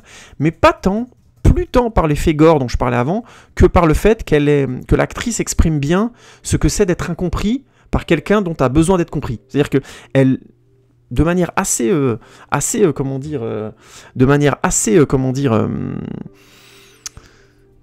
le mot m'échappe, mais de manière assez sensorielle, parce que je pense que ça passe vraiment au-delà des mots, elle cherche vraiment à ce que Christian la comprenne. Alors, est-ce qu'elle est naïve? Oui. Est-ce que la relation avec Christian est assez bizarre, puisque ça fait 4 ans qu'ils sont ensemble quand même, donc encore une fois, là, le film à ce moment-là, je n'arrive pas à y croire, mais bon, peu importe, est complètement superficiel pour des gens qui sont ensemble depuis 4 ans? Oui, ça existe, donc on va pas dire que ça n'existe pas, mais j'insiste, c'est une béquille de plus, ça, le fait qu'après 4 ans, ils aient une relation aussi superficielle, c'est une béquille de plus pour faire tenir le fait qu'ils restent là. Et pour la fameuse conclusion sur laquelle je vais littéralement tirer au bazooka, mais on va y aller tout doucement. Je veux juste encore m'attarder sur les personnages, parce que quand je dis que leur relation est superficielle, il faut bien comprendre que le personnage de Christian, au début, est intéressant. On le voit avec ses copains, notamment, qui lui expliquent qu'il ferait mieux de se séparer d'elle, parce que, bah, c'est quelqu'un qui est déprimé, évidemment, rester avec quelqu'un de déprimé, c'est très compliqué, ça demande énormément d'efforts, qu'on le dise ou qu'on le dise pas, et c'est tout à fait compréhensible et sain d'avoir des amis qui te disent t'es sûr que tu veux maintenir une relation comme ça, et ces amis d'ailleurs au début du film je les ai trouvés intéressants, que ce soit Marc ou Josh, parce qu'ils sont là en train de lui dire écoute fais pas ça parce que il lui donne des réponses scientifiques mais en même temps il lui dit voilà elle t'étouffe, ça se voit, ça te rend dingue, on te connaît un peu, il faut que tu te sépares d'elle machin, donc c'est assez cohérent. Même si lui, de son côté, est plutôt beau en disant non, mais moi j'en suis pas là, il cherche à comprendre ce qui se passe entre eux, il y a quelque chose que je trouve assez touchant chez lui au début du film notamment.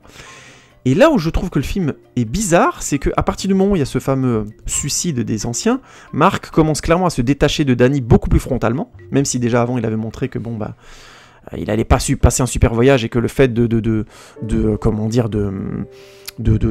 prendre de la drogue, ils doivent prendre de la drogue, mais ils décident de se ralentir parce que Danny peut pas et qu'elle veut pas prendre le risque, et finalement elle en prend pour lui, donc lui finalement il en prend mais il est gêné, elle fait un bad trip et il le comprend assez vite après, bref, donc tout ça met pas une super ambiance, on est d'accord, hein. Et on comprend du coup que ça puisse le gêner, mais de là à dire qu'il l'exclut complètement, ou qu'il y ait une sorte de revirement, parce que c'est vraiment ça qui se produit dans le film, les deux anciens se suicident, et très très vite après tu comprends que Christian il lui dit clairement j'ai envie de faire une thèse, il fait même la thèse grosso modo contre son copain Josh, donc ça devient un gros con, c'est pas juste, il s'éloigne de Danny, d'un seul coup ça devient un gros connard, et au final, dans le film, après ça, il évolue plus, c'est juste un gros connard. Alors,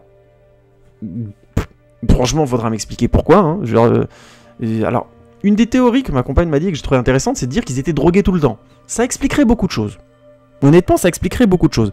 Mais le film insiste tellement sur ce qu'ils mangent, et sur ce qui se produit par rapport à ce qu'ils mangent, que quelque part, j'ai du mal à y croire. Je pense qu'ils sont drogués à des moments stratégiques, entre guillemets.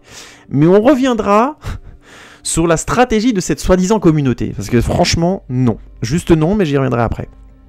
Oui, il y a plein d'éléments qui vont revenir après, mais vous allez voir, je vais attaquer comme un fou, donc autant y aller progressivement. Et je trouve que malheureusement, le fait d'avoir choisi de transformer Christian à ce point-là de manière frontale, c'est parce que clairement, Ari Aster s'est rendu compte à un moment donné dans son scénar que ça n'allait plus dans la direction qu'il voulait. On sent clairement qu'il s'est fait piéger par des personnages qui au départ étaient trop subtils, et du coup, contrairement à Héréditaire qui avait une histoire plus simple et qui lui permettait grosso modo d'aller tout droit, là d'un seul coup, il se retrouvait face à des personnages qui ne pouvaient pas réagir de telle manière à ce que l'histoire se détériore. Il y avait quelque chose dans la relation entre Christian et Danny qui permettait pas ça. Du coup, en le transformant en connard, il avait une sorte de ligne droite et il était tranquille pour aller là où il voulait. Vers sa conclusion, intéressante, mais encore une fois stupide, mais j'y reviendrai. Et je tiens à parler d'un personnage qui pour moi est juste pas là. C'est le personnage de Mark. Mark, qui est joué par Will Poulter, qui a joué notamment dans la comédie, une comédie que j'ai pas vue, mais où il se faisait notamment, c'est un mème sur internet, j'en ai vu dans plusieurs vidéos, où il se faisait piquer les couilles, je sais plus par quoi, et ça lui faisait une sorte de testicule énorme. Enfin bref, c'est un mec qui a fait pas mal de comédies, il a joué aussi un second rôle dans The Maze Runner, je sais plus comment ça s'appelle en français ça maintenant, bon, Le Labyrinthe, enfin bref, plein de choses comme ça. Oui, vous avez entendu la voix de ma compagne derrière qui me corrige, qui se fout de ma gueule depuis le début, qui baille aussi, hein, merci beaucoup. Donc bref, et tout ça pour dire, son personnage, je vais le résumer clairement. Au début, au tout début, c'est un mec plutôt cool qui lui dit écoute, tu devrais te séparer de ta compagne parce que ça va plus, machin. Donc il est un peu frontal, mais en même temps, je trouve que il essaie de soutenir son pote. Et après ça, il veut niquer avec des Suédoises, voilà. Ça, c'est son personnage. Et à un moment donné, il a une opportunité de niquer. Il y va. Et il se fait massacrer. Et c'est génial. C'était très important d'avoir Mark dans l'histoire, hein, parce que sinon on n'y aurait pas cru. On n'aurait pas cru aux étudiants qui vont en Suède pour faire un spring break. Enfin, je veux dire, ça pour moi c'est aussi un archétype. Comment tu peux garder un personnage comme ça au cut final? Il apporte rien, quoi. Ou si, à un moment donné, il pisse sur un tronc et ça énerve. C'est un tronc ancestral et ça énerve les gens de la communauté, donc ça montre que dans la communauté, ils s'énervent parfois. Ils ont éclaté la tête d'un mec avant avec un maillet. La violence, ils connaissent. Bref. Je vais pas m'énerver, mais c'est, grosso modo, vous pigez un peu la détérioration mentale que j'ai subie au bout d'un moment dans le film, et le fait que ça a tout doucement mis à mal, comment dire, ma patience. Et je finirai sur le personnage de Josh, qui lui fait donc une thèse, et donc savait plus ou moins y mettre les pieds. Le gars étudie en anthropologie. Alors si vous savez pas, mais je pense que certains d'entre vous le connaissent, donc je ne vous insulte pas en disant que les anthropologues sont des gens très intelligents, et que depuis les débuts de l'histoire de l'anthropologie, un des premiers trucs à pas faire, c'est de pas se mettre dans une situation où tu risques de jamais revenir. Parce que l'objectif de l'anthropologue, c'est de laisser des traces scientifiques de ce qu'il a fait. Donc il peut prendre des risques, certes, mais la plupart du temps, c'est des gens intelligents qui laissent des traces pour dire où ils sont, pour qu'on puisse les retrouver, et ça date de bien avant le GPS, hein. Ce dont je parle là. Donc quand tu commences à faire des études d'anthropologie et que tu veux aller loin, aller dans des tribus et des choses comme ça, on te donne différents éléments, différentes techniques pour te sauvegarder, pour te préserver. Parce que l'enjeu, c'est pas que tu claques ou que tu ailles mourir comme un idiot. L'enjeu, c'est que tu reviennes avec des éléments scientifiques qui font progresser le savoir, puisque quelque part, c'est ça qui te travaille le plus. C'est une base, hein. J'ai pas fait des études en anthropologie, j'étais en art plastique, moi. Donc autant vous dire que le peu que je sais de l'anthropologie, ça va déjà visiblement plus loin que ce que connaît Ari Aster. Et j'insiste là-dessus, je ne comprends pas, avec la qualité du travail qui avait été fait sur Héréditaire, comment il a pu autant se fourvoyer en essayant de nous faire croire que ces trois osios sont des étudiants en anthropologie qui sont en plus en thèse. Enfin, je veux dire, non, mais genre même pas au début, même pas 3 secondes, rien. Et donc Josh, le fameux Josh, arrive à un moment donné à découvrir, grosso modo, le terme n'est pas juste, mais la Bible, le livre sacré de la communauté. Il veut prendre des photos et on lui fait bien comprendre que c'est hors de question, que c'est très mal, et que s'il le faisait, ça se passerait pas bien. Donc, ce qu'il fait, c'est qu'à table, devant tout le monde, il a une tête de mec qui pense complètement à autre chose et qui a l'air d'être absorbé, donc on comprend déjà, même sans le connaître, qu'il a visiblement quelque chose derrière la tête, hein. Donc comme on dit, c'est un espion, mais ça à la limite je veux bien l'admettre, mais en plus le soir même, il va donc pendant la nuit prendre des photos en loose day du fameux livre. Évidemment il se fait attraper, évidemment il se fait massacrer. Enfin, je veux pas non plus m'acharner sur le caractère anthropologique du film, parce que clairement c'est pas le sujet, faut être clair, hein. Mais encore une fois, un anthropologue qui respecte pas la culture sur laquelle il étudie. Enfin, bref, pour moi, on est vraiment dans la caricature. C'est le scénario de slasher de série B classique où tous les personnages sont ou idiots ou irrespectueux à un niveau qui correspond pas à ce qu'ils devraient être. C'est l'anthropologue qui a aucun respect pour les autres cultures. C'est le mec qui non seulement au final n'a plus aucun respect pour sa copine, alors plus du tout, mais aussi pour ses amis, quoi, et quasi d'un moment à l'autre. Enfin, c'est... Et le problème, c'est que je trouve aussi que le film, même si le film essayait de me vendre le fait que c'est le choc traumatique de ce à quoi ils sont invités à participer ou à voir, c'est pas le point de vue du film, c'est pas visiblement ce que le film essaie de transmettre. Du coup, j'ai fait le tour un peu des personnages pour que vous compreniez un peu où je veux en venir. Si cette communauté existe, pratique ce rituel, donc visiblement tous les 90 ans, un certain solstice et tout, si j'ai bien compris, hein, ils ont donc régulièrement besoin de sang frais dans la communauté. Alors, je ne sais pas si c'est tous les 90 ans ou si c'est autrement, ça, honnêtement, je ne sais pas si le film est très clair là-dessus, mais grosso modo, ils ont dans la nature de cette communauté de faire venir des gens de l'extérieur pour donc les piéger. Alors, peut-être qu'en leur faisant participer au rituel et tout ça, ils espèrent que les gens choisissent de rester ou de faire partie de la communauté, et ainsi de suite, ce qui pourrait s'entendre. Mais pour ça, pour que je puisse croire à ça, il faudrait qu'ils soient beaucoup plus honnêtes. Ou alors qu'ils mentent beaucoup moins, parce qu'ils passent vraiment quasiment tout le film à leur mentir. À leur dire qu'il va se passer des choses qui sont pas graves, alors qu'elles sont extrêmement graves. Et le premier exemple qui arrive beaucoup trop tôt dans le film aussi, c'est le fameux couple d'anglais là qui s'est plaint dès le début et où on leur ment comme des arracheurs de dents tout de suite. Donc cette communauté a fait clairement venir des gens de l'extérieur dans l'objectif d'en tuer une partie ou d'en utiliser une autre pour faire de la procréation. Parce que oui, l'autre grand axe du film, c'est cette idée que non, excusez-moi, ma compagne est sortie, elle m'a fait rigoler. C'est de grosso modo avoir cette idée qu'il faut procréer, et évidemment, comme il gère en fait la consanguinité, comme l'histoire le raconte très très bien.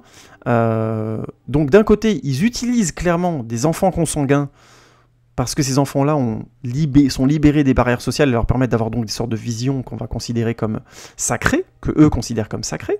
Et de l'autre, on a aussi, ils ont complètement conscience qu'il faut renouveler le sang dans la communauté pour qu'elle puisse perdurer, et ainsi de suite.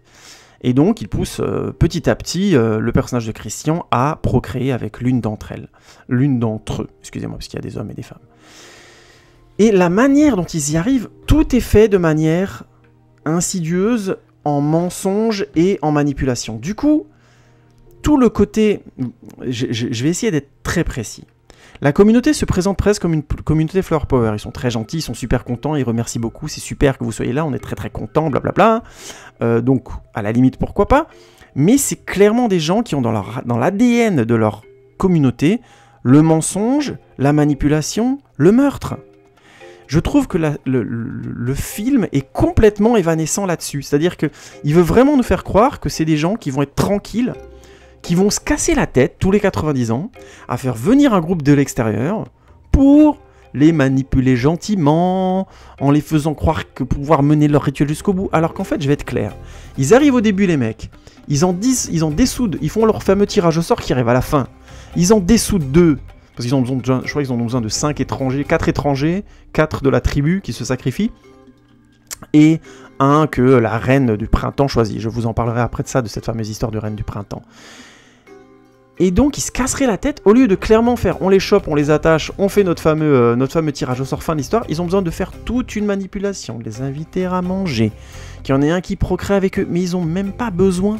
Enfin, ils ont des drogues et des tas de choses comme ça, donc s'ils voulaient faire de la procréation, ils y arriveraient par la torture ou par la manipulation. C'est-à-dire, et en plus, ils n'ont pas peur de le faire. Il faut bien comprendre que c'est très vite, on sent que c'est de la torture psychologique pour eux, et ça ne les dérange pas. Ça dérange ni les gamins, ni les anciens, et tout le monde entre. On voit clairement le personnage de Christian aller très mal à la fin, et on voit un vieux s'en amuser, le manipuler encore. Donc il y a clairement dans le film un double discours qui ne tient pas debout. C'est-à-dire cette idée que c'est une communauté qui serait tranquille, peace and love, et ainsi de suite, qui s'amuserait à torturer des gens, mais qui en même temps ne voudrait pas les torturer au point de les obliger à faire ce qu'ils veulent faire de toute façon à la fin. Je veux dire, c'est complètement bête. Il faut être clair, c'est bête. Et je suis obligé de dire ça parce que ça me fait penser à tous ces slashers nazes où t'as, grosso modo, au début, des meurtres qui sont supposés te choquer, ensuite les gens sont piégés, grosso modo, et t'as une communauté de fous qui va se faire chier à les manipuler pendant tout le film pour finalement les tuer à la fin. Alors en fait, ils auraient pu les tuer dès le début, et ça aurait été tout aussi amusant. Enfin, même le présupposé de dire ça les amuse de les manipuler n'est pas là. Il y a clairement dans le film ce double discours de dire non mais en fait, c'est des gens qui vivent comme ça. C'est leur truc, c'est leur nature, ils aiment, c'est leur communauté. Mais même en l'envisageant comme ça, on ne monte pas une communauté sur une double identité aussi disparate. Vous comprenez ce que je veux dire? Il y a un moment donné, ce paradoxe-là, pour moi, m'a constamment dérangé dans le film. C'est-à-dire, mais pourquoi ils s'ennuient à leur mentir? Pourquoi faire? Une fois qu'ils sont dans la communauté, qu'ils sont tous ensemble, visiblement, ils n'ont pas peur de les buter, ils n'ont pas peur de se faire retrouver par le monde extérieur.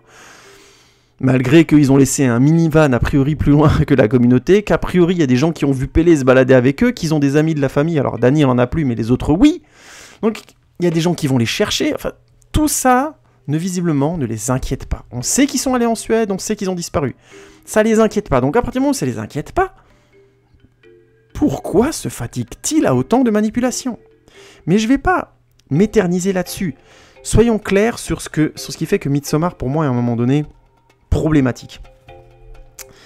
La mise en scène de Ari Aster prend encore une fois le même vocabulaire grosso modo que dans Héréditaire, comme je l'expliquais avant, en étant lente et en laissant les choses se poursuivre, et les choses horribles montent petit à petit en intensité. Et ça c'est encore une fois une qualité. J'insiste, les images de ce film elles sont magnifiques quoi. Les décors sont splendides, les choix des acteurs, des visages, les costumes, tout est splendide dans la communauté. On a des suites de plans avec... il y a notamment des plans sur les filles en train de danser qui font une sorte de concours de danse jusqu'à l'épuisement que évidemment Dany gagne et devient la princesse de Metz, comme on sait dès le début du film, hein, il n'y a aucun suspense, on sait qu'elle le deviendra. C'est une très très belle séquence, vraiment avec des effets que j'aime beaucoup, c'est un réalisateur qui arrive beaucoup à mettre du contraste. Par exemple, il y a un moment donné où elles se tiennent par la main et puis elles font une sorte de farandole. Et à un moment donné, elle se lâche la main, et quand il y en a une qui est trop fatiguée, elle lui rentre dedans, elle sort du champ, elles sont supposées s'attraper à la main, tourner ensemble un peu, puis aller vers une autre fille, et là Dany va vers l'autre fille, et l'autre fille lui rentre dedans et tombe par terre parce qu'elle est épuisée, elle tombe d'épuisement, et j'aime beaucoup, ça met tout de suite un choc, un côté... ça rappelle par une semence physique qu'il y a quelque chose de pas normal, et ça c'est très réussi, et il y a vraiment beaucoup d'effets dans le film comme ça qui sont vraiment très réussis, hein, qui sont vraiment de grande qualité. Pourquoi je parle de ça? Parce que autant dans Héréditaire ça fonctionne de bout en bout, autant dans Midsommar, à partir du moment où il y a ce fameux couple qui se suicide et que pour la violence de cette communauté ne fait plus aucun doute, ni leur qualité manipulatrice, Tout le reste du film, scénaristiquement, est une suite de prétextes pour forcer les personnages à rester là, à ne pas chercher à s'enfuir. Pour moi, la tarte à la crème, c'est qu'ils essayent jamais de s'enfuir. Jamais. Ça, pour moi, c'est inconcevable. Pas en ayant des journées qui, jour après jour, deviennent de plus en plus bizarres, que l'attitude des gens est de plus en plus arbie. En plus, le film montre un autre élément. Oui, c'est vrai, j'avais oublié. On fait face aux étudiants d'anthropologie. Il y a des dessins partout, gore, où on voit par exemple des femmes visiblement se faire des sortes d'excisions et des trucs comme ça au mur. Il y a vraiment des éléments gore et violents un peu partout qui sont à la vue de tout le monde, hein, avec des histoires endratissées sur des cordes et tout ça. Eux, ils sont là pendant 3 jours. Il y en a 2, c'est des étudiants d'anthropologie. Soi-disant, ils s'intéressent à leur culture et ils passent à côté de ce genre de détails qui sont quand même très très très marquants. Je veux dire, si vous vous retrouvez dans une culture étrangère et que vous voyez tous les 3 tableaux des choses horribles, des meurtres, et ainsi de suite, est-ce que vous vous sentez à l'aise et vous dites, écoutez, je vais en rester 3 mois pour voir ce qui va se passer? Bref, vous avez compris un peu où je veux en venir. Il faut que je sois précis vraiment avant d'aborder ma conclusion, parce que j'ai l'impression d'avoir parlé du film un peu trop en termes de scénario et d'écriture, mais il y a un problème de fond pour moi qui est plus fort. Je vais d'abord démarrer par une problématique dont je voulais parler avant, qui est celle, on va dire, du film d'angoisse. Le film, non pas seulement qui va vers un bad ending, parce qu'il y a des tas de bad endings que j'aime beaucoup, mais on va dire le film d'angoisse. Celui qui va réussir à te faire partager de l'angoisse. J'ai une question de fond qui va bien au-delà de Midsommar, et du cinéma, enfin c'est plutôt le cinéma d'angoisse vraiment très fort, celui qui arrive à transmettre du malaise. Je me suis toujours posé la question, est-ce que c'est une bonne chose de transmettre du malaise au point que le spectateur soit piégé par ce malaise? Je m'explique. Je crois que, moi-même qui ai déjà eu des phases dépressives extrêmement fortes dans ma vie et tout ça, sortir d'une dépression, c'est très compliqué. Sortir des cercles dépressifs où on se trouve est très très très compliqué. Casser un rythme, casser une habitude quotidienne, casser des mécanismes mentaux qu'on a ingérés et qui nous font nous sentir mal, c'est vraiment quelque chose de très difficile. Et il se trouve que, je pense que c'est une sensation, quand on l'a, on a du mal à s'en défaire. C'est cette fameuse angoisse lancinante. Et je trouve qu'il y a des films, comme Midsommar, qui arrivent très bien à transmettre cette sensation. Très très bien même. Le problème, c'est que transmettre ces sensations et en rester là, en disant « ça arrive, c'est horrible, il faut ressentir ça, il faut avoir conscience que ça existe, machin », oui, c'est bien. Deuxièmement, dire « j'ai envie de transmettre ça parce que c'est ce que je ressens », bien sûr, c'est légitime et il a raison, il est hors de question de l'empêcher de faire ses films et tout ça, et d'empêcher qui que ce soit de faire les films qu'il veut. Mais moi, je pose une question de fond, c'est vraiment, à un moment donné, transmettre des angoisses qui peuvent mettre les gens en phase de ne plus savoir comment en sortir. C'est pour moi une vraie question de fond. Hein. J'aime l'idée des réalisateurs qui transmettent des angoisses en ayant conscience de comment les désamorcer au sein de leur film. Parce que j'aime pas trop l'idée de laisser les spectateurs avec ça. Je comprends que ça puisse avoir un intérêt historique, artistique, social, humain à plein de niveaux, mais je trouve que la limite est vraiment à questionner. À partir de quel moment on transmet une angoisse qui va au-delà, qui risque de mettre les gens en phase de dépression et d'angoisse. Je le pense sincèrement, je pense que les œuvres d'art ont cette capacité, cette puissance-là. Après, de là à dire que c'est dangereux, qu'il faut interdire ça, rien du tout, je dis pas ça. Je questionne juste comment on pourrait évaluer la limite qu'on dépasse. Je vais donner un exemple parce que je trouve que Midsommar est intéressant à cet endroit-là. Le film transmet réellement une angoisse. Il faut être clair, il fonctionne dans cette capacité à transmettre du malaise. Il est vraiment très bon. Et comme il est lent et qu'il prend son temps, même si le scénario m'a exaspéré, et le film, j'ai commencé à le trouver très chiant par moments, et je vais vous expliquer à quel point après, nonobstant, j'ai trouvé quand même le film extrêmement puissant, extrêmement pesant, extrêmement malaisant. Il arrive parce qu'il met de la lenteur.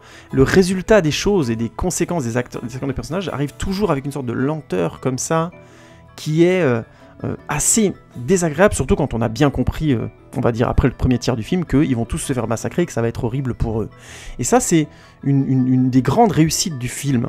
Vraiment, je trouve que dans la cinématographie de Ari Astier, c'est très bon. Mais jusqu'où on peut aller?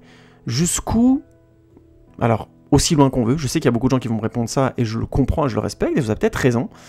Moi, je dis juste faire gaffe. Les angoisses et les dépressions, c'est des choses tellement difficiles à défaire que, arrivé à un certain niveau d'angoisse transmise, on transmet de la dépression. Et il faut faire gaffe à ça. Je pense vraiment que c'est pas un jeu.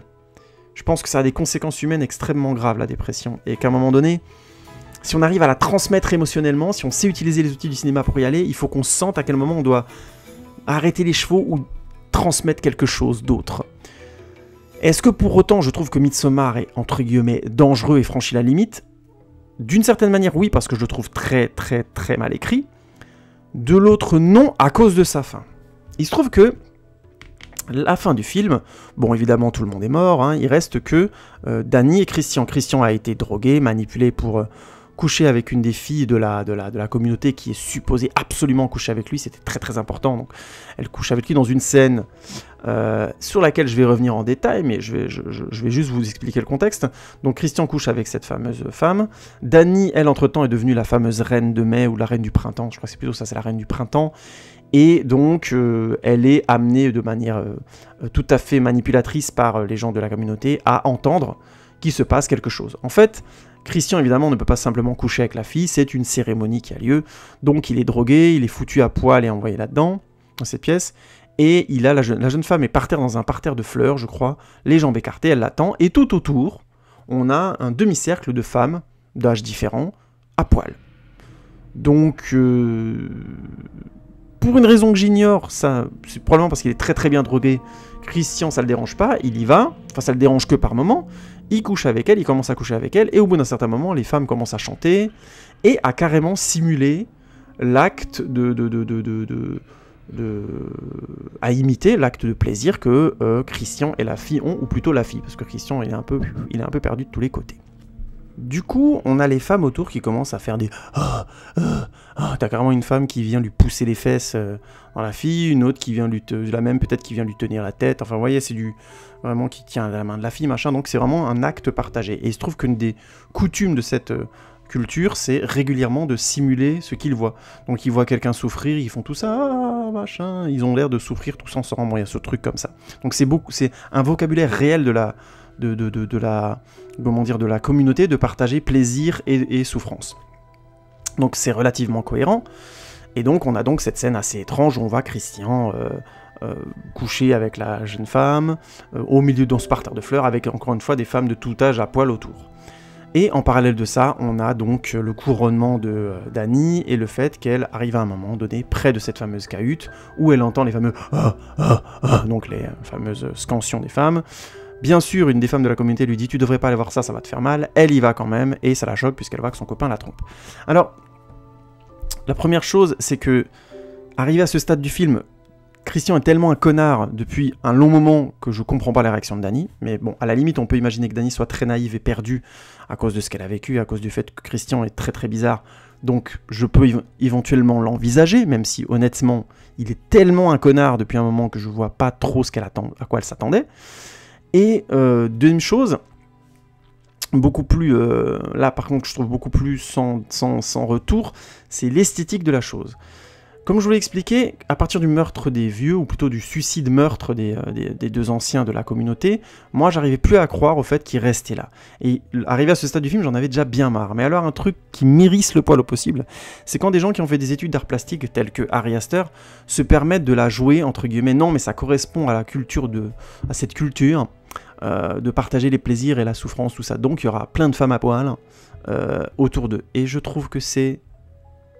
Comment dire, ça fait vraiment artiste, vous voyez ce que je veux dire, artistique, poète, oh là là, des gens à poil, qu'est-ce qu'il est frondeur, enfin, j'ai trouvé ça tellement facile, vulgaire, franchement vulgaire, parce que c'était pas très intéressant comme séquence, ça fonctionne pas très bien, on partage complètement la sensation de Christian, c'est-à-dire on trouve ça bizarre et tordu, c'est même pas beau.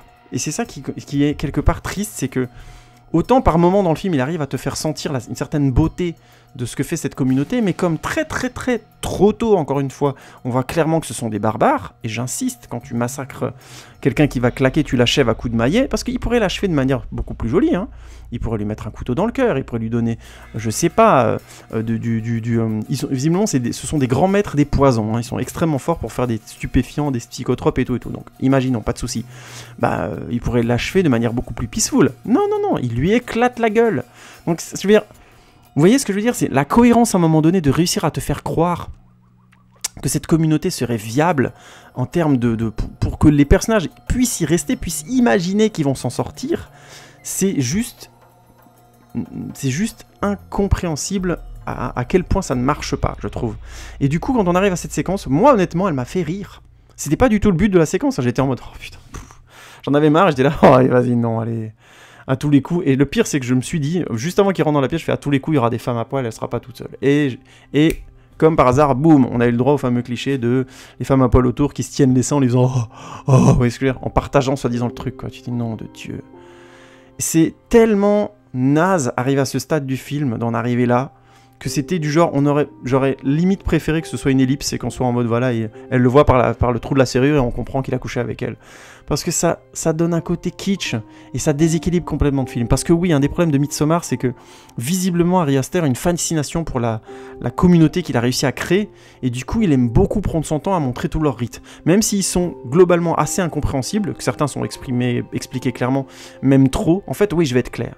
Non seulement il y a toute une partie qui est incompréhensible. Non seulement ce sont des étudiants d'anthropologie et ils comprennent rien à ce qui va leur arriver alors qu'il y a comment dire, l'histoire de cette communauté est dessinée par bande dessinée, hein. C'est pas des dessins genre où tu comprends pas rien ou des lettres runiques, c'est pas expliqué. C'est des dessins qui te montrent clairement ce qu'ils vont te faire. Donc on voit par exemple une suite de dessins qui montrent clairement que la fameuse jeune femme qui veut coucher à Christian va mettre de ses poils pubiens et de ses menstruations, les faire manger à Christian et que ça va l'ensorceler. Évidemment ça marche pas du tout, ils sont obligés de le droguer derrière. Et tout le monde le sait, enfin... Ça n'arrête pas, pendant tout le film, d'être incohérent. C'est-à-dire que d'un côté, ils te disent « Non, mais ça fait partie de leur tradition, ils vont l'ensorceler ». Ils constatent tous que ça marche pas, du coup ils sont obligés de le droguer, tout le monde le sait, mais au final, non, mais notre communauté, elle fonctionne. On y croit tous, c'est des rites très sacrés, très importants. Mais mon cul sur la commode, à un moment donné, ça ne marche pas, vous les droguez, donc bah c'est que ça marche pas. Bref. Et c'est constamment comme ça. Et le dernier élément, non des moindres, c'est que cette pseudo-communauté n'a pas besoin, comme je disais avant, de manipuler autant. Du coup, quand on arrive à ce moment-là, pour moi, à ce moment-là du film, comme je l'ai vécu, j'étais dehors, j'étais plus du tout dedans, j'étais vraiment en mode yeah. Et ça va continuer. Et du coup, on partage des moments intéressants, hein, cinématographiquement parlant, avec des moments comme celui-là, complètement malaisants, mais dans le mauvais sens, dans le sens c'est naze, ça se veut... entre guillemets original, artiste, machin, mais c'est complètement poète-poète, ça se la pète à mort. Et quand j'ai été méchant sur Facebook en disant que c'est un scénario de néo-slasher qui se prend pour du Bergman, c'est-à-dire le 7ème saut, je parlais notamment du 7ème saut, parce qu'il y a la même lenteur, la même tentative, vous savez, de lourdeur et tout, et dans Héréditaire, ça marchait très bien, mais là, ça marche plus parce que il explique trop cette communauté ou pas assez. Il a pas trouvé le juste milieu.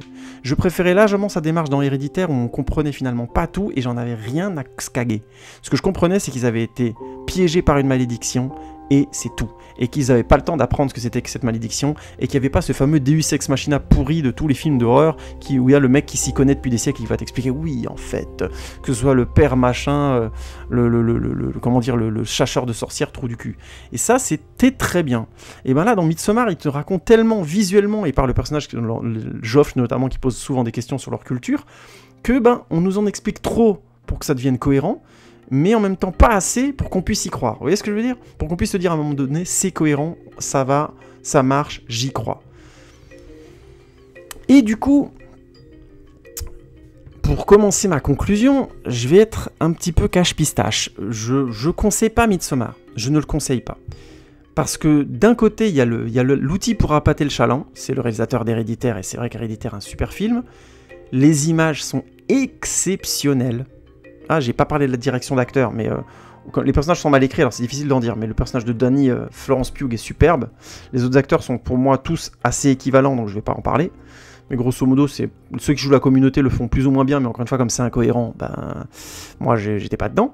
Mais les autres personnages sont pour moi secondaires. Ça va, ils font le taf, mais sans plus. Mais grosso modo... Ah, excusez-moi, j'ai commencé la conclusion sans finir mon histoire avec Danny et Christian. Oui, excusez-moi.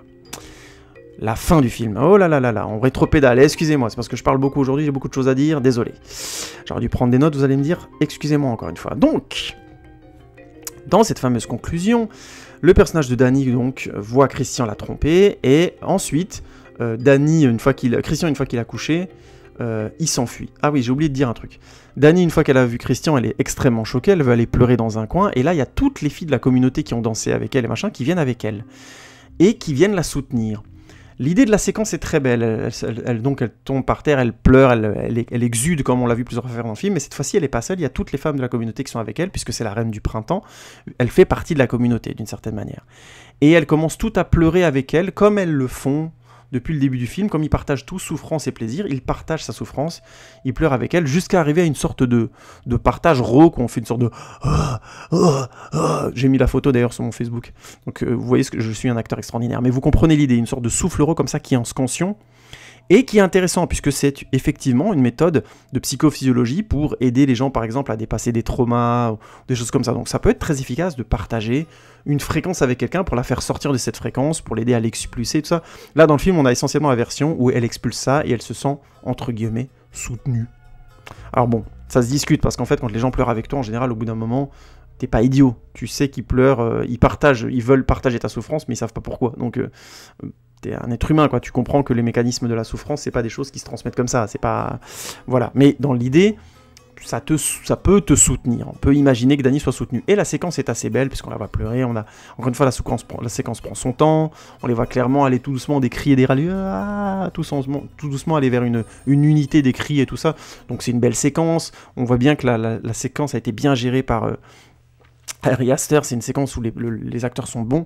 Bref, donc on a d'un côté une séquence qui fonctionne bien avec des râles en synchrone, et une autre en face qui est kitsch et assez ridicule autour du sexe. Et d'autres, plus tôt dans le film, on a aussi des séquences où soi-disant les personnages souffrent ensemble, qui sont notamment au moment du suicide des vieux, où je trouve que c'est assez bon. C'est kitsch, ça fonctionne pas très bien. Mais tout ça pour dire, il y a du bon et du moins bon, et c'est... Malheureusement, le film fait vraiment des bons, c'est-à-dire que vraiment des sauts de quelque chose, des abysses, il va vraiment dans les abysses, ça fonctionne pas du tout en termes de cohérence, de sens, c'est naze, et des bons en l'air avec des séquences qui fonctionnent vraiment très bien, qui pour le coup fonctionnent bien. Et cette séquence des pleurs fonctionne bien. Je m'en moque parce qu'arrivé à ce moment-là du film, moi, elle m'a fait rire. C'est-à-dire qu'à ce moment-là du film, je n'y crois plus, je suis complètement en train de me dire... C'est des menteurs, c'est des manipulateurs, c'est tout ce que je vois. Je vois une bande de manipulateurs manipuler cette jeune femme qui est blessée. Ce qui veut dire que quelque part le film fonctionne. Et je reviendrai dessus sur ce point-là dans ma conclusion. Et donc, avant d'aller vers la conclusion, Dany donc souffre énormément, elle est couronnée reine du printemps, et donc Christian, une fois qu'il a baisé et qu'il se rend compte que bon bah, visiblement il se réveille un peu de son trip, il se rend compte que bon bah, de ce qui s'est passé, il essaie de s'enfuir à poil, il tombe bien sûr sur le cadavre d'un des Anglais, bon on s'en fout complètement parce qu'on savait très bien qu'ils étaient tous morts, et en faisant un truc complètement con, c'est-à-dire que, ah oui ça c'est, faut que je le raconte, il tombe sur le cadavre de l'Anglais qui est attaché par des câbles dans la poulailler, donc il sert de mangeoire visiblement, donc c'est bien dégueulasse, et il est la tête vers le sol, mais un peu au-dessus du sol. Ben, Christian, lui, ce qu'il fait, c'est qu'il se retourne et met sa tête en dessous pour voir le visage. Voilà, il est en train de fuir. Clairement, il sait qu'il est dans la merde. A priori, ils vont le tuer. Il prend son temps pour regarder le visage. C'est exactement ce que tu feras à ce moment-là. Bref, le film est complètement con. Ça, c'est vraiment des réactions de personnages de mauvais slasher. Hein, j'insiste. Hein, et c'est comme ça tout du long, malheureusement. Hein, j'insiste. Hein. Mis à part l'introduction, dès que ça commence à aller vers la communauté, les personnages sont cons comme des portes, c'est phénoménal. Il n'y a que Dany qui sort du lot, et encore, tout est joué sur le prétexte du « elle est choquée, elle vit mal, donc elle peut pas percevoir les choses correctement ». À la limite, je dis pourquoi pas. Mais c'est aussi une ficelle qui est pas subtile, quoi, soyons clairs. Mais je reviendrai là-dessus, parce que finalement, c'est le discours du film, ça, j'y reviendrai. Et du coup, après ça, il sort, il se fait évidemment endormir. Il se réveille, il est paralysé, c'est génial, c'est une paralysie où il voit tout, il entend tout, il peut plus bouger, plus parler. Donc évidemment, c'est quand même extraordinaire, c'est des arboristes de génie dans cette culture. Et oui, à ce moment-là, j'en peux plus, j'en ai marre, hein, il faut être clair. Hein, le film m'a assez énervé comme ça, je lâche un peu les cheveux, excusez-moi. Et donc... arrive évidemment le coup de grâce, le dernier sacrifié, puisque Davet Neuve doit être choisi, je vous le donne en mail, par la reine du printemps, c'est-à-dire par Dany, qui vient de voir Christian la tromper. Donc évidemment, elle choisit le mec qu'elle connaît pas de la tribu. Hein. Non, elle choisit bien sûr Christian. Évidemment, tous les cadavres de leurs copains sont mis de manière très sympathique dans une sorte de cahute où ils n'avaient jamais le droit d'entrer. Christian est mis dedans dans le monstre, qui est une sorte d'ours, machin, bon blablabla, tu comprends qu'ils avaient un ours avant qu'ils l'ont buté pour foutre Christian dedans et faire la bête, et il se fait cramer vivant, voilà, bon bref. Petite parenthèse sur le cramage vivant, il y en a deux membres de la communauté qui se sacrifient volontairement pour que le nombre de sacrifiés soit bon, pour que les récoltes soient bonnes, blablabla. Bon, vous connaissez le genre de conneries, quand on fait des sacrifices comme ça, on a vu assez de films qui essaient de dire pourquoi le sacrifice est nécessaire. Et donc, les 2 membres de la communauté sont dedans, et on leur donne une sorte de drogue en lui disant, voilà, grâce à ça, tu sentiras rien. Grâce à ça, tu sentiras rien. Et moi, j'avais bien aimé l'idée, parce que je m'étais dit, si ça marche, visiblement, ils sont capables de faire des drogues hyper fortes de paralysie et tout, donc à la limite, ils leur ont donné la même chose. Ils vont être paralysés, ils vont souffrir, mais tu verras rien, t'entendras rien, et donc du coup, les gens à l'extérieur se diront, c'est bien, on a aidé nos amis, nos frères, et tous ils sont morts, ils ont pas souffert. Ben non. Coup de grâce, encore une fois, sur le sens encore une fois, du film, c'est que les 2 copains sont dedans, on leur donne un truc, ça marche pas du tout, parce que dès qu'ils commencent à cramer, ils hurlent. Et à l'extérieur, il y a tous les membres de la communauté qui font le fameux coup du « Oh, j'ai mal, oh là là, moi aussi j'ai mal ». Ouais, ils partagent tous la souffrance. Non seulement, c'est con, mais c'est un contresens. C'est-à-dire que ils disent au vu et au su de toute la communauté qu'ils se mentent entre eux et qu'ils sacrifient certains membres d'entre eux. Vous allez me faire croire qu'il n'y a pas de gens qui se sont enfuis pour dénoncer des trucs pareils, qu'il n'y en a pas qui sont venus, ça ouvre un champ de potentiel pour que cette communauté n'existe pas, plus depuis longtemps, qui est beaucoup trop vaste. Vous comprenez ce que je veux dire? Mais c'est mon frère qui est rentré dedans, je suis pas en train de l'entendre cramer là. Oui, mais je crois que ça devait pas lui faire mal. Il y a trop de questions qui naissent dès qu'il y a ce genre d'incohérence. Et le film en est bourré à ras-bord. Mais j'insiste, à ras-bord. J'aborde pas les 3/4, parce que sinon cette critique durerait 3 heures et elle est déjà beaucoup trop longue. Et donc, le contre-champ, c'est que Christian est dedans, il est dans le fameux ours, il brûle, et là on voit contre-champ sur Dany dehors, qui passe d'une sorte de grimace hébétée à, dernier plan du film, elle sourit, elle est contente. Elle a une sorte de sourire béat, elle retrouve une certaine forme de joie, et le film se termine comme ça. Alors sur le coup, j'étais un peu en mode, ah oui, c'est vrai que j'étais surpris, parce que j'étais convaincu, il y avait tellement de foreshadowing dans le film sur le fait qu'elle allait être cramée, ah oui, oui, le foreshadowing, non mais là c'est juste pas possible, quoi. Quand les personnages sont cons, faut pas faire de foreshadowing parce que ça rend le film encore plus insupportable. Dans Héréditaire, on avait du foreshadowing, mais comme les personnages avaient des réactions relativement cohérentes, et j'imagine, je trouve de mémoire totalement cohérente dans le film, le foreshadowing fonctionnait bien. Là, c'est du surlignage, c'est insupportable. Hein. J'insiste. Hein. Le film dure 2h30. Au bout de 45 minutes, t'as compris qu'ils sont condamnés à mort. C'est les seuls à pas avoir compris, quoi. C'est insupportable. Et du coup, tous les effets positifs de la mise en scène, de savoir mettre de la pesanteur, de la lourdeur et tout ça, deviennent ennuyants, deviennent fatigants. Même quand ça marche, t'en as marre. T'en dis, putain, mais c'est quand la fin, quoi. Parce que ça suffit, on a compris, quoi. Bref. Tout ça pour dire, malgré tout, je m'attendais de manière un petit peu facile. J'ai pris une claque, c'est vrai, à ce qu'elle se fasse cramer, parce que c'était la reine du printemps. Et en fait, que nenni. Visiblement, elle va faire partie de la communauté, et le dernier plan du film sous-entend qu'elle retrouve une forme de bonheur, une fois qu'elle a été séparée de celui qui l'a trahi, qui l'a pas soutenu, qui l'a, grosso modo, blessé de toutes les manières possibles. Ou tout du moins de la manière dont elle le perçoit, parce que j'insiste encore une fois, le film est mal écrit, et du coup, c'est la communauté qui les a manipulés pour en arriver là. Christian était visiblement un connard, mais c'est une facilité de scénario. J'insiste. Il ne l'était pas avant, et il le devient à partir du moment où c'est nécessaire pour le scénar. Ça ne vient de rien d'autre. J'insiste là-dessus. Il y a un petit peu le film qui te dit qu'il savait pas sur quoi faire sa thèse, et que d'un seul coup il est un peu opportuniste parce qu'il a envie de faire une thèse sur une communauté hyper violente, pourquoi pas? Mais dans ce cas-là, on aurait dû le savoir avant. Le film aurait pu largement nous faire comprendre avant que Christian était un idiot, et ne se comportait pas comme un idiot, il était même sensible avant. J'insiste. Bref. Après, le film te dit, oui, non, mais il oubliait souvent son anniversaire. Mais d'accord, mais ça fait pas de lui un connard. Enfin, vous voyez ce que je veux dire? Tout ça, c'est complètement artificiel pour faire de quelqu'un un connard. C'est juste qu'à partir d'un moment, il dit clairement à un de ses potes, je fais la thèse, j'en ai rien à foutre, va te faire foutre. Il vient lui dire gentiment, mais grosso modo, il lui impose. Ce qui, de toute façon, est stupide, puisque n'importe qui devant le film peut se dire, non, mais attends, Josh, il lui met un pain, là. Il a raison, Josh, à 300%, Christian est un connard. Et c'est comme ça constamment. Il n'y a pas de débat sur l'attitude de Christian, c'est un connard. Donc, j'insiste, c'est vraiment tiré à gros traits. Et donc la communauté utilise ça de manière machiavélique, en mentant plus ou moins à travers le personnage de Pélé à Christian et Dany pour en arriver à ce qu'elle le voit en train de le tromper, et voilà, et elle choisit de le sacrifier. Ce qui est clairement voulu par la communauté, j'insiste, c'est évident. Ce sont des manipulateurs et des menteurs. Et c'est problématique, c'est vraiment problématique. Parce que quand tu crois à ce que tu fais, ou tu te dis clairement, t'es un religieux, donc tu t'en fous, tu dis je te chope, de toute façon j'ai raison, ce que je fais c'est juste. Souffre, qu'est-ce qu'il y a, je m'en branle. Tu te fais pas chier à manipuler les gens. C'est vraiment pas juste ça, j'insiste encore. Et donc, cette fin, qu'est-ce qu'elle veut dire? Pourquoi elle sourit? Et c'est là où le discours du film reste malgré tout intéressant sur cet angle-là. Dany est quelqu'un qui a vécu une tragédie insurmontable. Et la communauté, cette secte, arrive à la manipuler pour la faire adhérer à la communauté, la faire vivre là, la faire artificiellement sortir de sa souffrance et se ressentir de nouveau quelque part heureuse, même si c'est une joie horrible, morbide et macabre, qui ressemble à celle de la communauté, ça faut être clair, c'est grosso modo une issue possible pour elle. Et ça, je trouve que pour ça, le film est bien écrit, l'histoire de Dany est plutôt belle.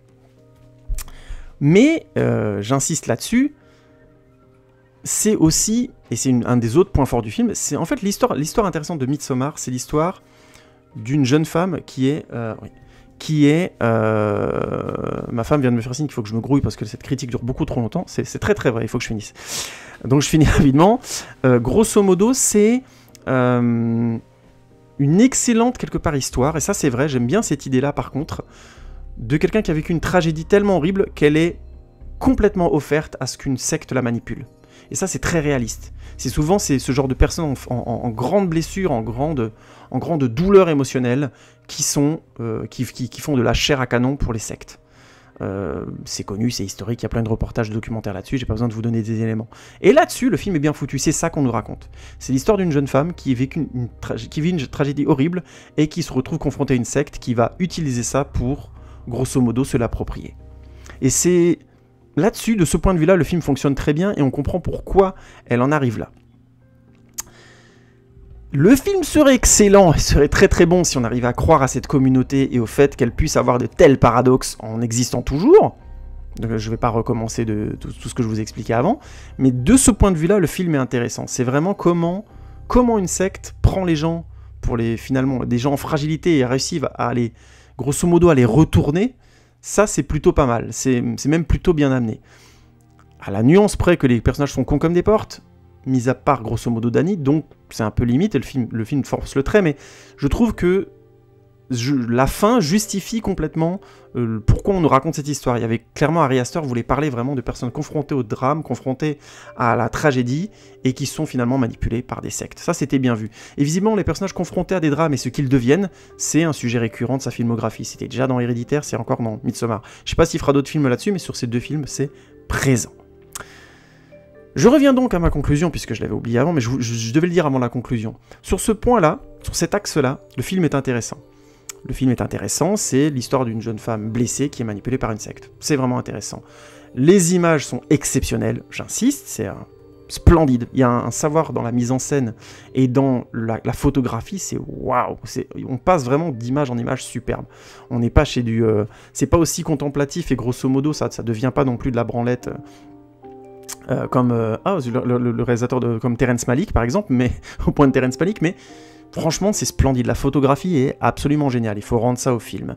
Et encore une fois, tout le travail sur les décors, sur notamment le travail de jeu d'acteur de la communauté, il y a vraiment eu un beau taf, c'est bien foutu, et il y a des séquences qui fonctionnent très bien. Le problème, c'est que c'est en dents de scie très fortement. Qu'encore une fois, il y a des outils de slasher à 2 balles qui viennent complètement décrédibiliser l'histoire et qui lui font beaucoup de mal. Les personnages sont trop bêtes, on peut pas croire que ces personnages soient des anthropologues. C'est comme tous ces slashers où on a des étudiants soi-disant dans des études scientifiques et qui sont en fait cons comme des portes. Donc du coup, on passe complètement du Caribe dans Scylla. On a des superbes choses et des choses qui fonctionnent pas du tout. Et ça, c'est...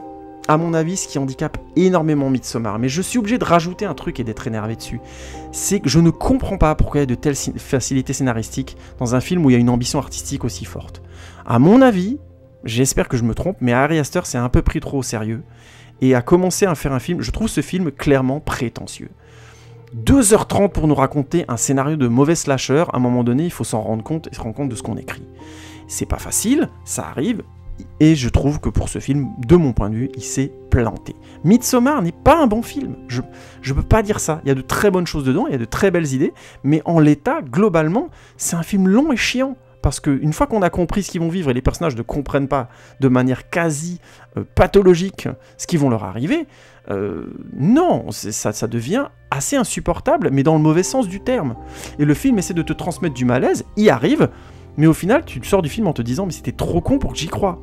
C'est vraiment dommage, hein. J'insiste, Midsommar a d'énormes qualités, mais je suis obligé de dire que c'est un mauvais film, parce qu'il est très mal équilibré, et qu'il aurait largement mérité d'être mieux écrit. Il y avait une ambition dans la construction de ce film qui devait aller beaucoup plus loin. Je vais m'arrêter là, j'ai été assez vénère aujourd'hui, c'est rare que je tombe sur un film comme ça, j'ai fait largement assez long. Je vous remercie beaucoup pour votre écoute. N'hésitez pas à me dire si vous avez aimé ce film, si je me suis gouré, c'est tout à fait possible. Faut savoir que ma compagne aime beaucoup... c'est pas qu'elle aime beaucoup, mais elle a bien aimé ce film et elle estime que je le mésinterprète, donc je serais très curieux de connaître votre point de vue dessus si vous le voyez, si vous l'avez vu. N'hésitez pas à laisser un commentaire, Facebooker, Instagrammer, tweeter, et on se retrouve bientôt pour un nouvel épisode d'A Chaud, plus court, je vais me calmer les semaines prochaines, promis. Salut les amis, à bientôt, ciao ciao.